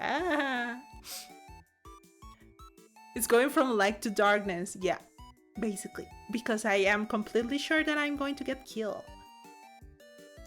Now we are going to listen to one irrational fear from Teebs. And I can tell you for sure, it is not fear of a grocery store. But It is fear of a grocery store. it is fear of what you can get at a grocery store sometimes, because I've had bad experiences with certain things. So the fear here is I am very picky when it comes to food at times. I say that because I'm talking more on the lines of dates that you find on food, whether they're considered quote-unquote expiration dates, or Yep. what, even if they're considered the quote-unquote best buy dates. Typically when I see a date on there and it says, you know, it's going to be this date, then my thing is, after that date, it's probably not all that good anymore. Yes, Dio, it's the fear of serial killers, because that's part of that aisle right there. So I've had experiences where, you know, I've been told by my parents where if it's past the date, it doesn't necessarily mean it's bad. It's going to go bad. And then I took them What? up on that, and then all of a sudden, so like, let's say the best example I can say is like a jug of milk or something, where you've got an expiration on a jug of milk. I will not drink that milk anymore if it goes past the date that's on that milk, because I have gotten sick by drinking milk that was like a day past the expiration. I won't even drink that milk on the day it says. I mean, I'd call that fair as well, because I've even run into the issue where even on the date, the milk has gone bad. Mm-hmm. So it's like, that's one of those situations where, again, if it goes past the date, the only one I'm not really skeptical on is like spices or anything like that, because all I know is if you use a spice or some sort of herb past its date, then it's not necessarily excuse me, it's not bad. It just loses some of its power, basically. It might not bring out the flavor as much. Normally with Now- spices is mostly about the humidity in the spice. Correct. Because you have with the spices there's not like a best day, but more like with makeup that it will last 12 months as you open the package. Because as you keep using it, it's going to acquire moisture from the air. So because they are dry, they are going to keep a lot of moisture, and the more time it passes, it will go not bad, but more like a paste Yeah, than a spice. So that's the thing. Salt is bad with that. Salt is really bad with that. I've got a big thing of garlic salt in my spice cabinet that I get every year at a Renaissance fair that I go to. I get them from that because I know for the next year this will be my supply of garlic salt, basically. I've had it where the garlic and the salt will start to clump, and then I've got to bash the hell out of the thing before it actually gets rid of the clumps. So yeah, that phobia does not extend to stuff like that. At least it's really let's just put it this way: it's to perishable foods more or less. I saw Shoes brought up fruit, and we'll just say produce in general, where when I go to the store and I'm looking through fruit and veggies and any kind of produce, I will almost examine every piece of produce that I am trying to find to get. Like apples are a big one for me that I get. I get bananas a lot. As far as like veggies go, I get bell peppers, I get zucchini, I get squash and stuff like that. But if there is one imperfection on a piece of produce for me, I will not buy it. I was going to ask that. So like for I was gonna say for sorry. Go ahead. No, you're good. It's just that you're American. Oh yeah, that plays a big role in it too. Yeah, because I've seen some of the produce in the United States, and whenever I hear like someone from the US talking about like imperfections in a fruit, mostly with bananas, I'm like, bro, what the fuck are you talking about? That's when the banana is tastier. What the fuck are you talking about?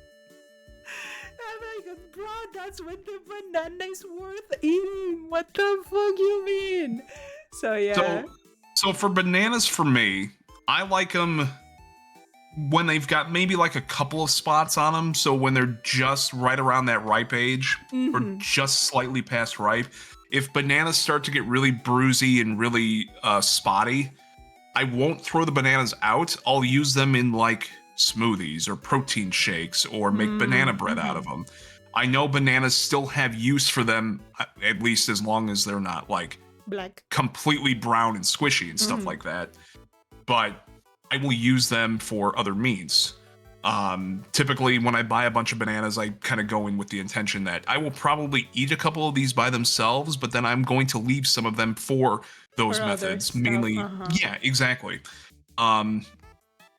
But apples, for instance, apples are probably the biggest fruit that I'll buy at the store.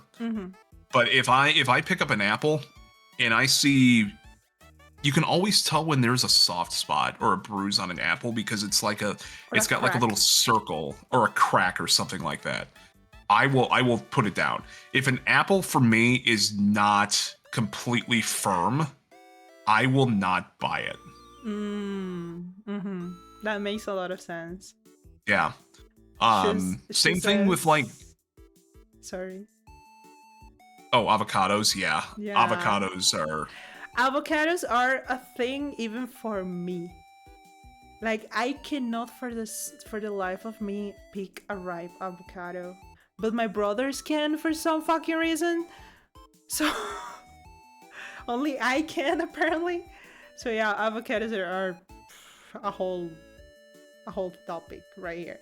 Continue. I'm sorry. I'm trying to remember avocados. when they're softer that they're ripe, or is it when they're firmer? I am so no. When they're firmer, it means that it's kinda almost, but not really. So they can get really Gotcha. sour. Avocados are the worst. Yeah, keep those away from me.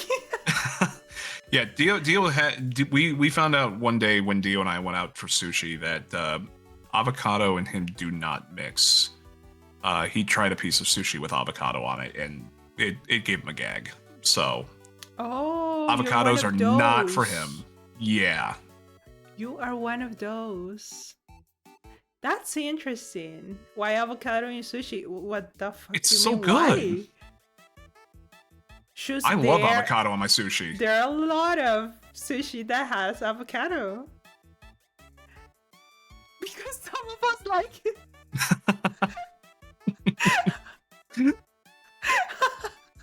Oh yeah, kid, you are doing shoes a favor. 100% you're selfless.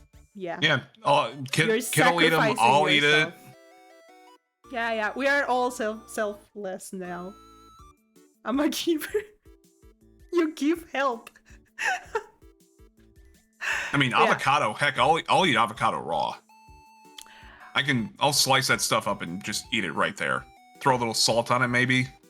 I can eat it like that. I won't. I'm more like a avocado sauce type of person, but all good. Sprinkle a little salt on it. No, I cannot do that. My mom can. Like, my mom loves avocado. Like, she really does love avocado. Mm-hmm.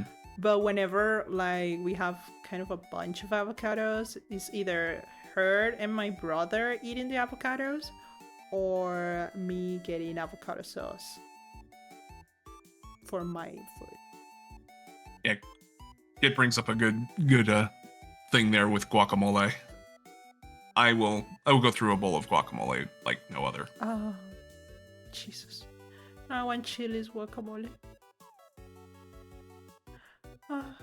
I realized that the chilies we have here is different than the chilies, like the menu is different than the one in the US. And I was like, what?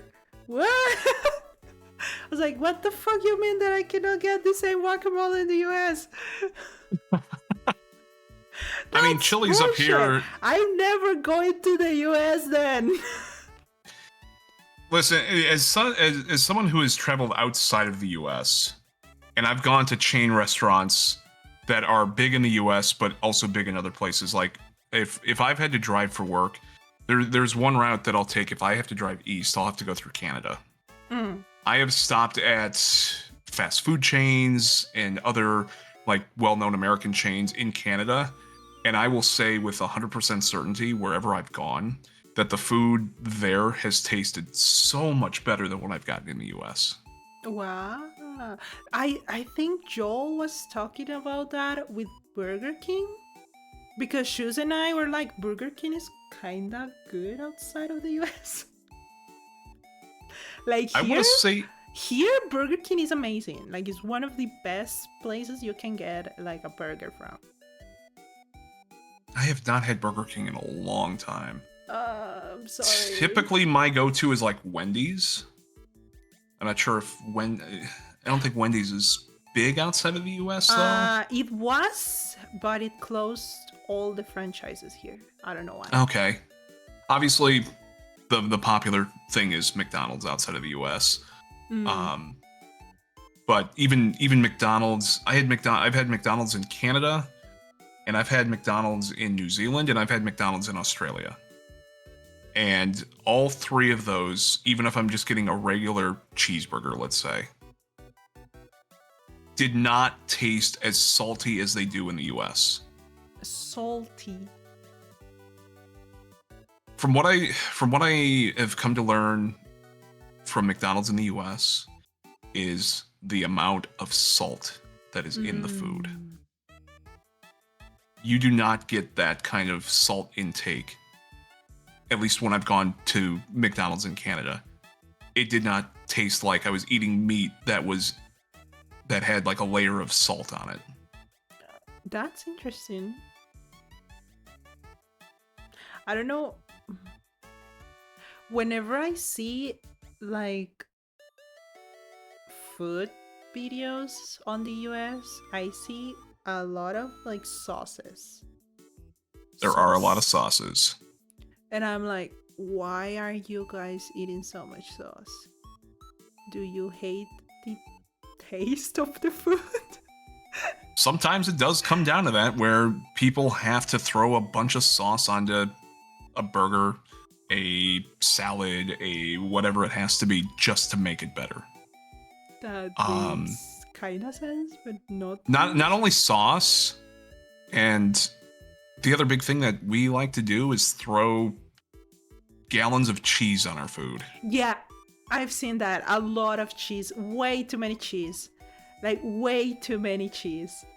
I've seen that. Like, I'm like, bro, your mac and cheese have more cheese than a 4-cheese pizza. Like, what is that?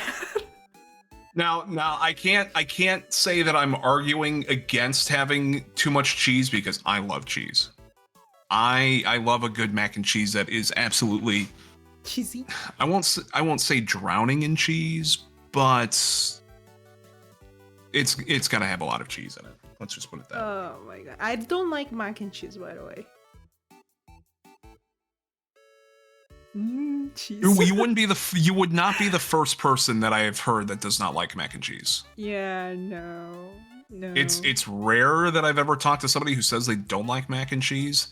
The only people that I would say the majority are is because they've got some dairy intolerance and stuff like that.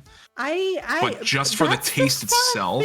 Yeah. No, that's the fun thing. Like, I cannot eat dairy at all because I'm allergic to lactose.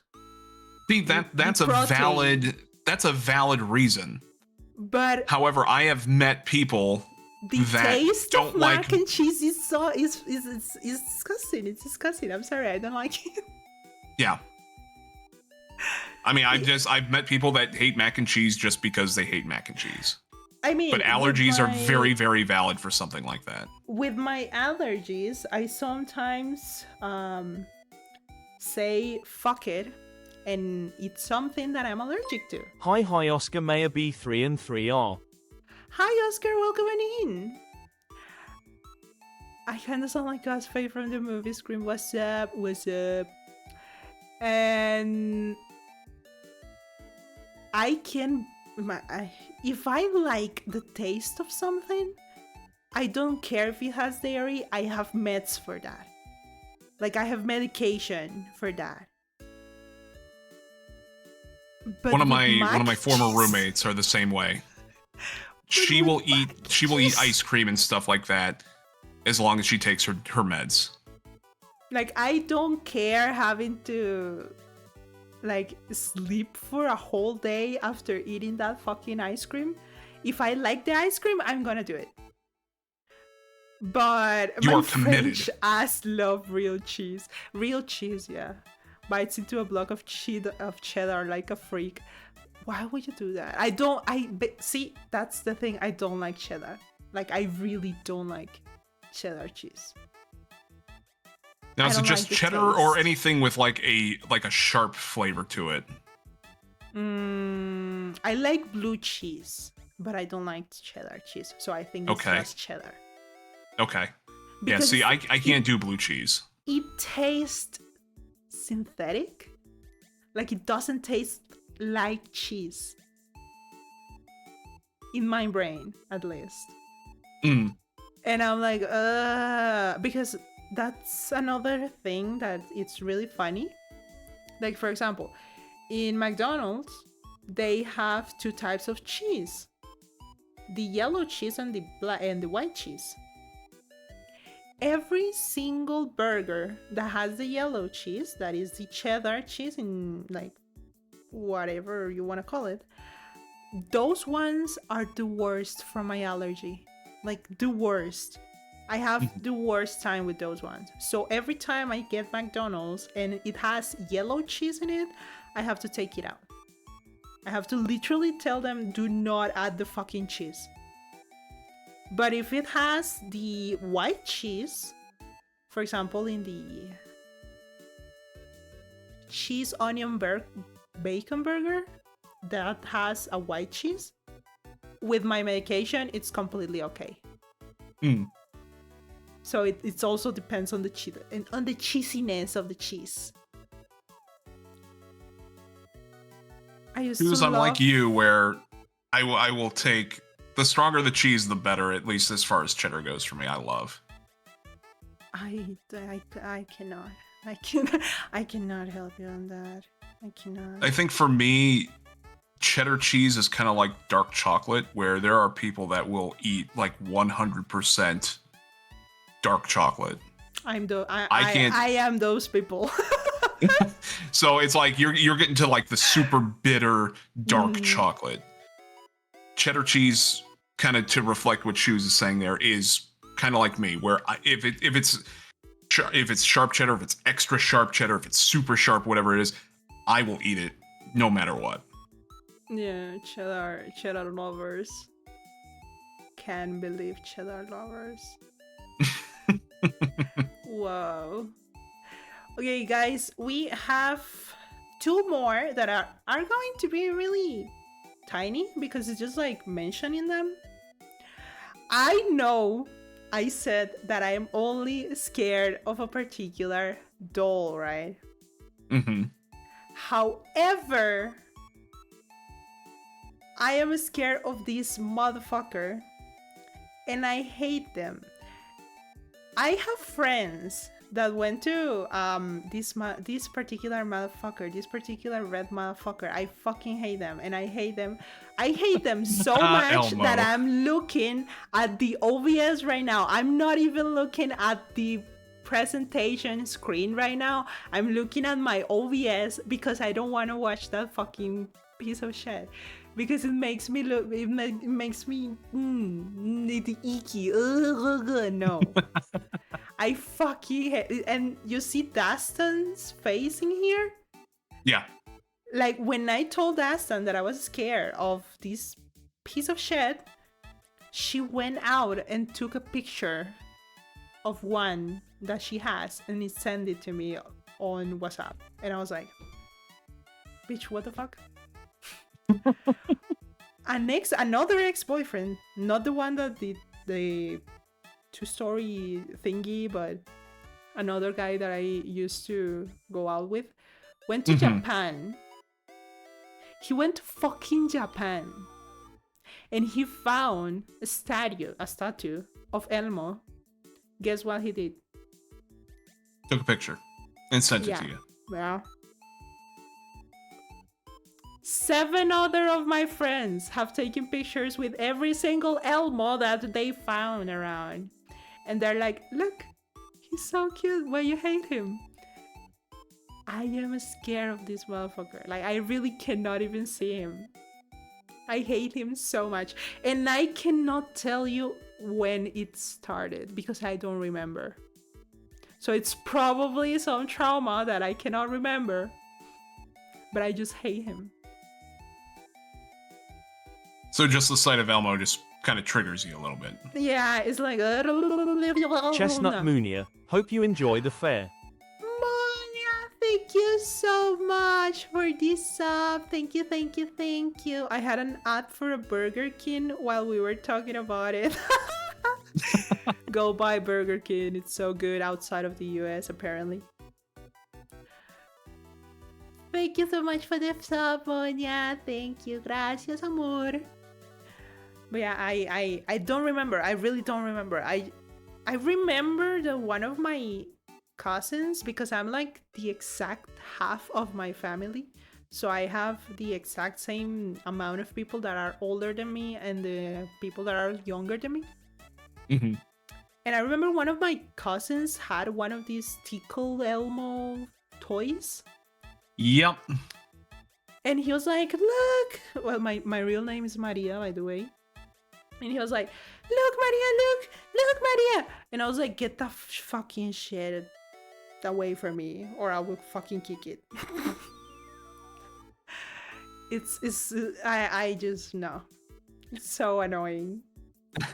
Shoes brought up a good question. Is it just Elmo, or is it like all of the characters on Sesame Street? It's just Elmo. And you know what's even funnier? I fucking love the Cookie Monster. Everybody loves Cookie Monster. I Because Cookie love the Monster Cookie is like our Monster. inner. Cookie Monster is our inner beings of not wanting to deny cookies. You see cookies and you just want to munch them all up. Mom, cookies. But yeah, it's just Elmo. And this fucking Big Bird? Yep, Big Bird. I don't like him, I don't hate him, I just find him annoying. It's just annoying. It's just annoying. But I love the Cookie Monster, and I'm scared of Elmo. And I don't remember the other ones. The other two usual big ones are Bert and Ernie, and Oscar, who's the one in the trash can. Oh, Oscar's cute. So yeah, it's just Elmo. This is just a special mention because apparently it's not good enough for my friends to respect it. So every single one of them, every time, send me fucking pictures of Elmos that they found around, because I don't have any fucking idea why there are so many stuff with Elmo on it. But every time they see that, they're like, send.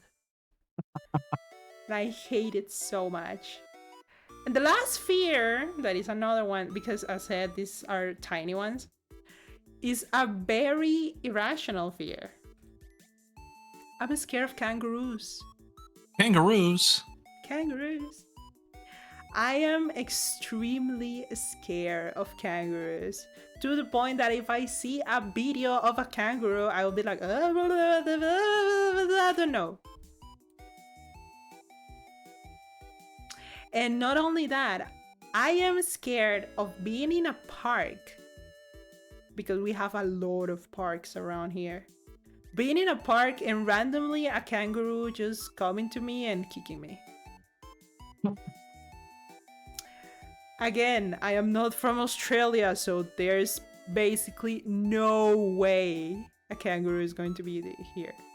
I'm from Costa Rica. We are basically far away. Really far away. So you've got like an entire ocean between you and them. I mean, we have two if you go both ways. True. Like, both ways? No, we have... Wait, Costa Rica is with the Caribbean, so we have 3. From the Caribbean, they have to go through the islands, Puerto Rico and Haiti and all that, then go to the Atlantic, or they can come through the Pacific.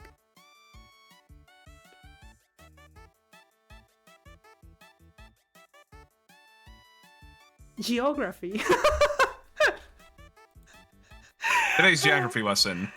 Geography lesson. We are not Costa Rica is not the island. The island is Puerto Rico. So I have one loose in my town. No fucking way, Dio.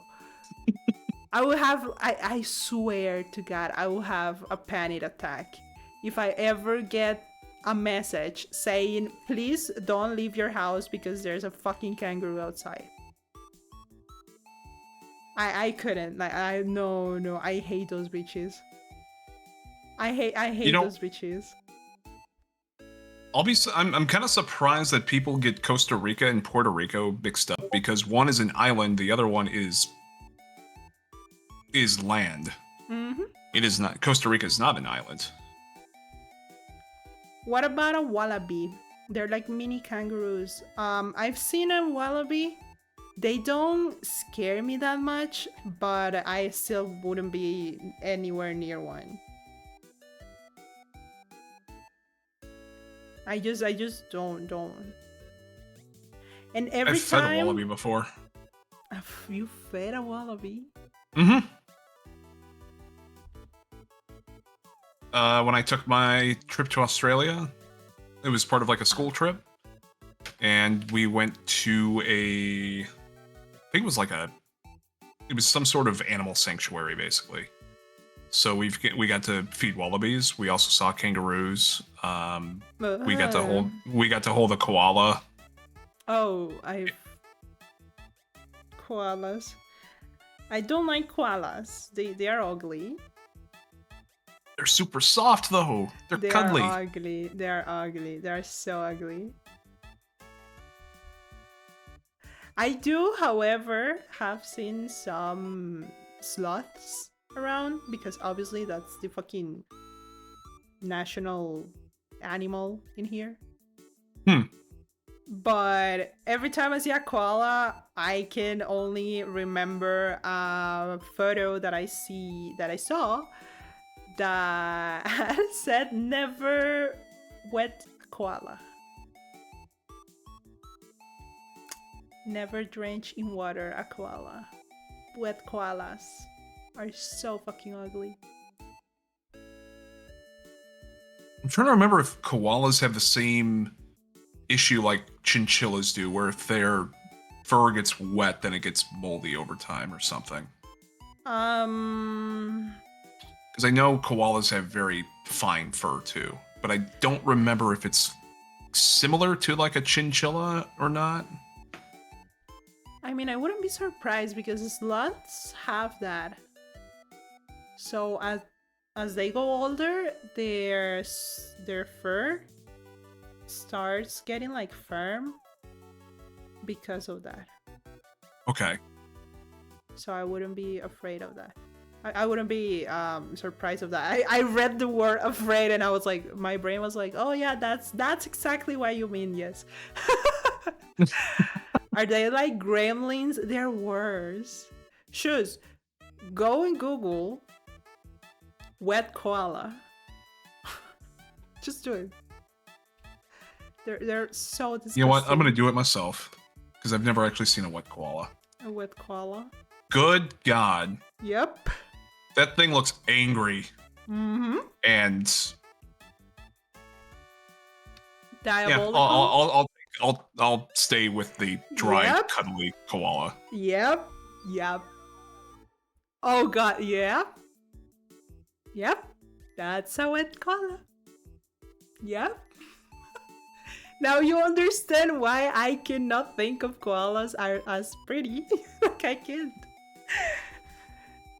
Yeah, it's like a wet dog. I think dogs look pretty, like not like that. Maybe depending on the breed of dog. That's us when you spray us, Madge. Yeah, I mean, you're a fucking peanut. Shoes, you don't have fur. Shoes, you're a wet peanut. You don't have fur. You just get wet. That's all. See, I even made an amazing mascot that is easy to clean. We're wet nuts. Kid, do not. Koalas are toxic. What? Teebs? At least Wet the one nuts. koala Oh, I was like, What? Teebs? Yeah, I'm still here. Teebs, are you okay? Yeah, I'm good. You were saying? Oh, I thought you were saying Teebs as to talk about koalas being toxic or something. Yeah, I was like, koalas are toxic. Teebs? At least the one that I interacted with wasn't toxic. But toxic in He- what he- sense? Like, can it scratch you and you get something or something like that? I mean, I could see that being something if they I mean, they're not clean, so I'm sure if you got scratched by something, that would be one of those instances where you probably would have to get it cleaned out quickly or go get some sort of shot or whatever it might be. That makes a lot of sense. But well, guys, we got to the end of the phobias. So we got to the end of the nerd parade. How was it? How was your experience on a nerd parade for the first time ever, Teebs? I honestly had a lot of fun. I like streams like this where you just kind of yap back and forth about some of the most random stuff. I mean, this is the type of stuff where it's like you get something to drink, you might have a snack next to you, and then all you're doing is just talking about random stuff like this for a few hours. And honestly, it's a lot of fun, especially because we bounce back and forth with fears, and we have some that we share and whatnot. And I like that we've got chat interaction in here too, and they give their 2 cents, and it just makes it a fun time. So Thank but you so much overall, for my being experience here. was a lot of fun. Thank you so much for being here. Thank you so Oh, much of course. for accepting my invitation. I was actually scared that you wouldn't accept it. I was No, like, what if I'm he honestly says again no? I'm very happy that you asked, because I know you've been growing, and it's been exciting to see how quickly your streams have grown over the past couple of months and whatnot. And honestly, To be honest, feel weird about it because I sometimes feel like I really don't deserve it because like I just started streaming a month and a half ago, a month and like 3 weeks ago, and I started in Spanish, and I started streaming only in Spanish for a month, and then I decided to start streaming in English, and a lot of people came, and a lot of people stayed, and a lot of people like my content. So I'm like, holy shit, what the fuck is going on? I went from thinking I will never get to 50 followers to being almost like 100. And a lot of these people are like really nice, really amazing. And I'm not even 2 months into this. So it kind of feels like I'm not doing anything to deserve it. I mean, for me, the things I'll say is, even when I would lurk in your Spanish streams, is I can just tell that they were very comfy. You were just having a good time. And I'm gonna throw his name out there because I think has given a lot of inspiration, not only to probably you and me, but a lot of other people's. Is Joel.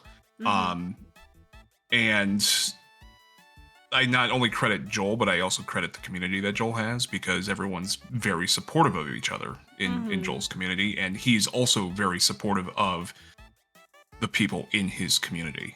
To be honest, I'm going to be completely honest. I already said this, but I'm so happy that I'm invisible to him. At this point in my life, I feel like having him here or supporting me will like put me through a panic attack. So I'm really happy that he doesn't know who the fuck am I. And that the only thing he does is to scream at me. So yeah, thank you very much. No, again, I think it just comes down to how the community, his community is in general. Yeah. Because I think a lot of people that I've seen in his community now stream, whether it's small or whether they've grown really, really quickly or whatever it is. It just shows how much everybody in that community cares about each other. So I know when you stopped by, I think for the first time in mine, and you were talking about how you might be a little anxious to start streaming and whatnot, and stuff like that. And I just remember saying, well, you do that, and I'm gonna be there for your first stream or whatever it was. And yeah, I was like, oh my god, you're gonna make me cry. And then when you told me like you open my streams and just lurk in there because you don't understand whatever I'm talking about, I was like, and that actually happened to me yesterday because Galaxy and Overlord, did the exact same thing. Like, they came to my Spanish stream and they were like, that game is really good. And I was like, what the fuck are you two doing here? Like, what the fuck? You don't understand shit what I'm talking about.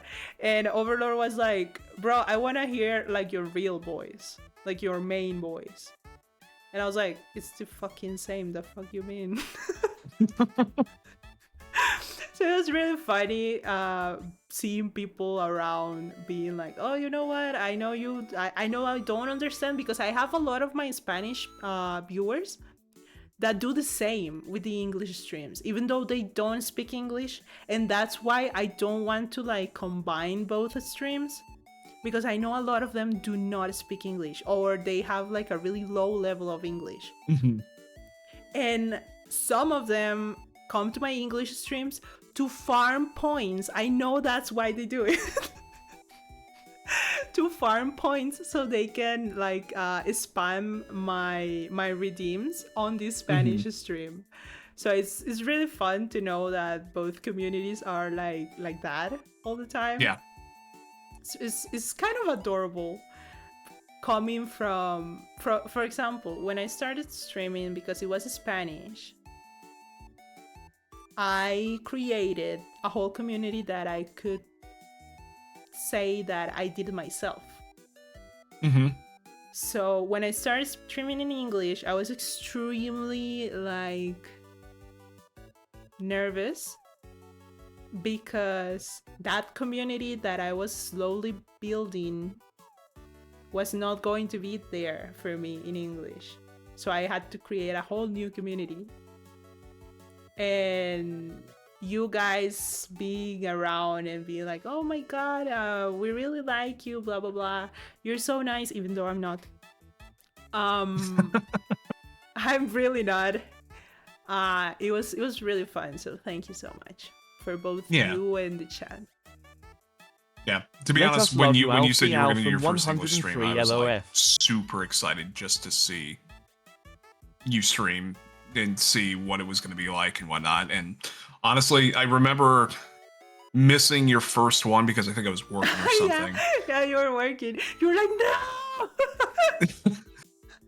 But then you know, I got to your second one. I was like, oh, this is so awesome. Yeah, and really, I have a lot of fun there. Yeah. And what Kit says, it comes down to each streamer is unique on their own. And that uniqueness makes a streamer who they are. And that's what helps, you know, overall give your community what they've got, you know, how you build it up and stuff like that. So, but yeah, this has been a lot of fun. I am so glad that you guys have fun, like for real. I was so scared of doing this and you guys not liking it. Mostly you, because you're here and you're talking. Well, I hope I did not disappoint. You didn't. You actually yap more than I expected. Which is sometimes a surprise even to myself, because I even tell my community that I don't tend to be a yapper, or I didn't think I was going to come into streaming to be a yapper, and then all of a sudden that's like what I do.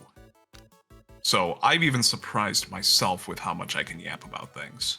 Yeah, that happens a lot. But thank you so much again for being here. We are going to close the stream then. Thank you so much. Have a really nice evening. You too. Thank you so much for having me, and good night to you and chat. Good seeing you guys too, especially lots of familiars over there. So glad we were all able to come together.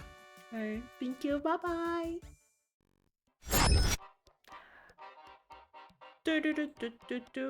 Wait. Bye, Teebs. So, everyone, did you like the stream? Man, he's not a man says he's not a yapper, runs a radio tower. That's Teebs, yeah. He's not normally like that. Guys, did you have fun, my little peanuts? I'm so happy that we were able to finish this. This was so fun. Teebs talks a lot, so it was really fun. That's what I really wanted. I really wanted someone that were able to keep up my pace and talk with you guys. Now next Thursday, I have another one.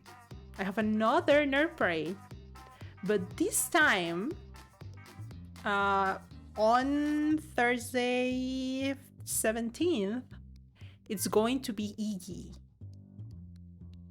Iggy is coming here. He wanted to come here, and I said, you know what? Why not? So Iggy's going to come next week to the other nerd parade. I chose Iggy because I can show you guys both formats of the nerd parade, the one that has a topic and a specific topic, and one that does not have a topic. So next nerd parade is going to be with Iggy, and it won't have a topic. So we are just going to talk about a bunch of things that I bilingual nerd parade. Oh yeah, Iggy is going to throw some Spanish in there. That's going to be so fun. So next week is going to be a non-theme nerd parade. So yeah, Yapp Fest. On what day is today? Today's Thursday. On Sunday, now that I remember, on Sunday, we are going to continue Hatoful Boyfriend. Hey. On Sunday, we're going to continue Hatoful Boyfriend. And I have nothing prepared for Tuesday, so... Oh, well, Bayonetta. Yeah, sure, Bayonetta. We are going to play Bayonetta on Tuesday. Yippee! So, guys, thank you so much for being here. And remember to wishlist Where Wind Meets. I really like that game. Like I really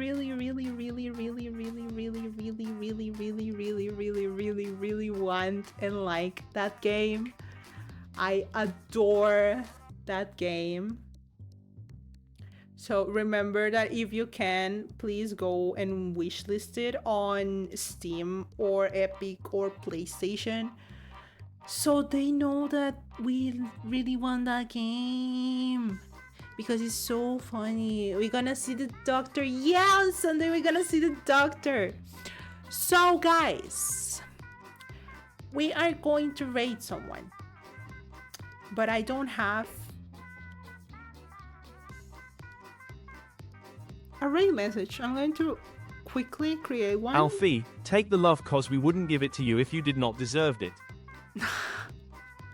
Thank you so much. That is so adorable, Sika. You are so adorable.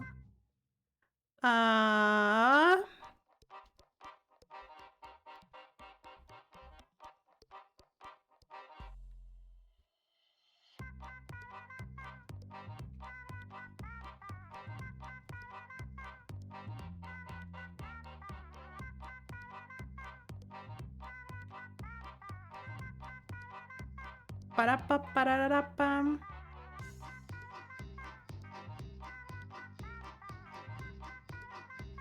I am so smart. I am a smart merry-go-round. Smart. I'm so smart. So here's the raid message. It's been so... Hi, Water Bear. Hi, Water Bear. Welcome on in. You got just in time for the raid. Cause I really need to like put myself into some time management stuff, because apparently my English streams are getting way too long and my Spanish streams are staying the same.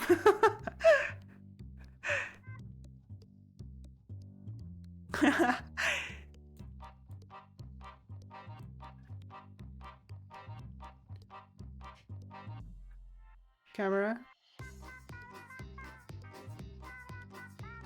Camera! My camera died. Oh my god.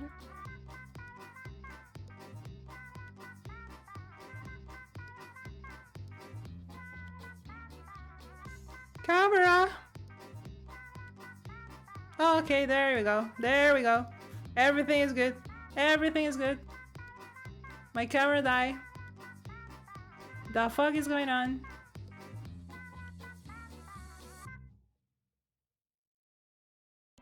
There you go. The fuck? My camera died. And then OBS died. What the fuck? My camera died and then OBS died. What the fuck? You got the doll scuff for real, for real, for real. Like, he hates me so much that he sent this scuff to my way. He said, you know what? How dare you have my children in your stream? Even though I have no idea you stream. Guys, remember the raid message. We are going to raid Agony because I love Agony. And I was actually, before the stream, on Agony's stream. Joel's in the corner sending bad vibes. 100%. That I really want to think that he doesn't know who am I, who I am. Well, he knows who I am. He knows my username. And he even knows the type of like messages I normally send in the chat. But I really want to know that he doesn't know I stream. Bye, sweethearts. Have a nice evening. Bye-bye. Thank you for being here. We're going to raid Agony. Go be nice to Agony. Mwah, mwah, mwah, mwah, mwah, mwah, mwah.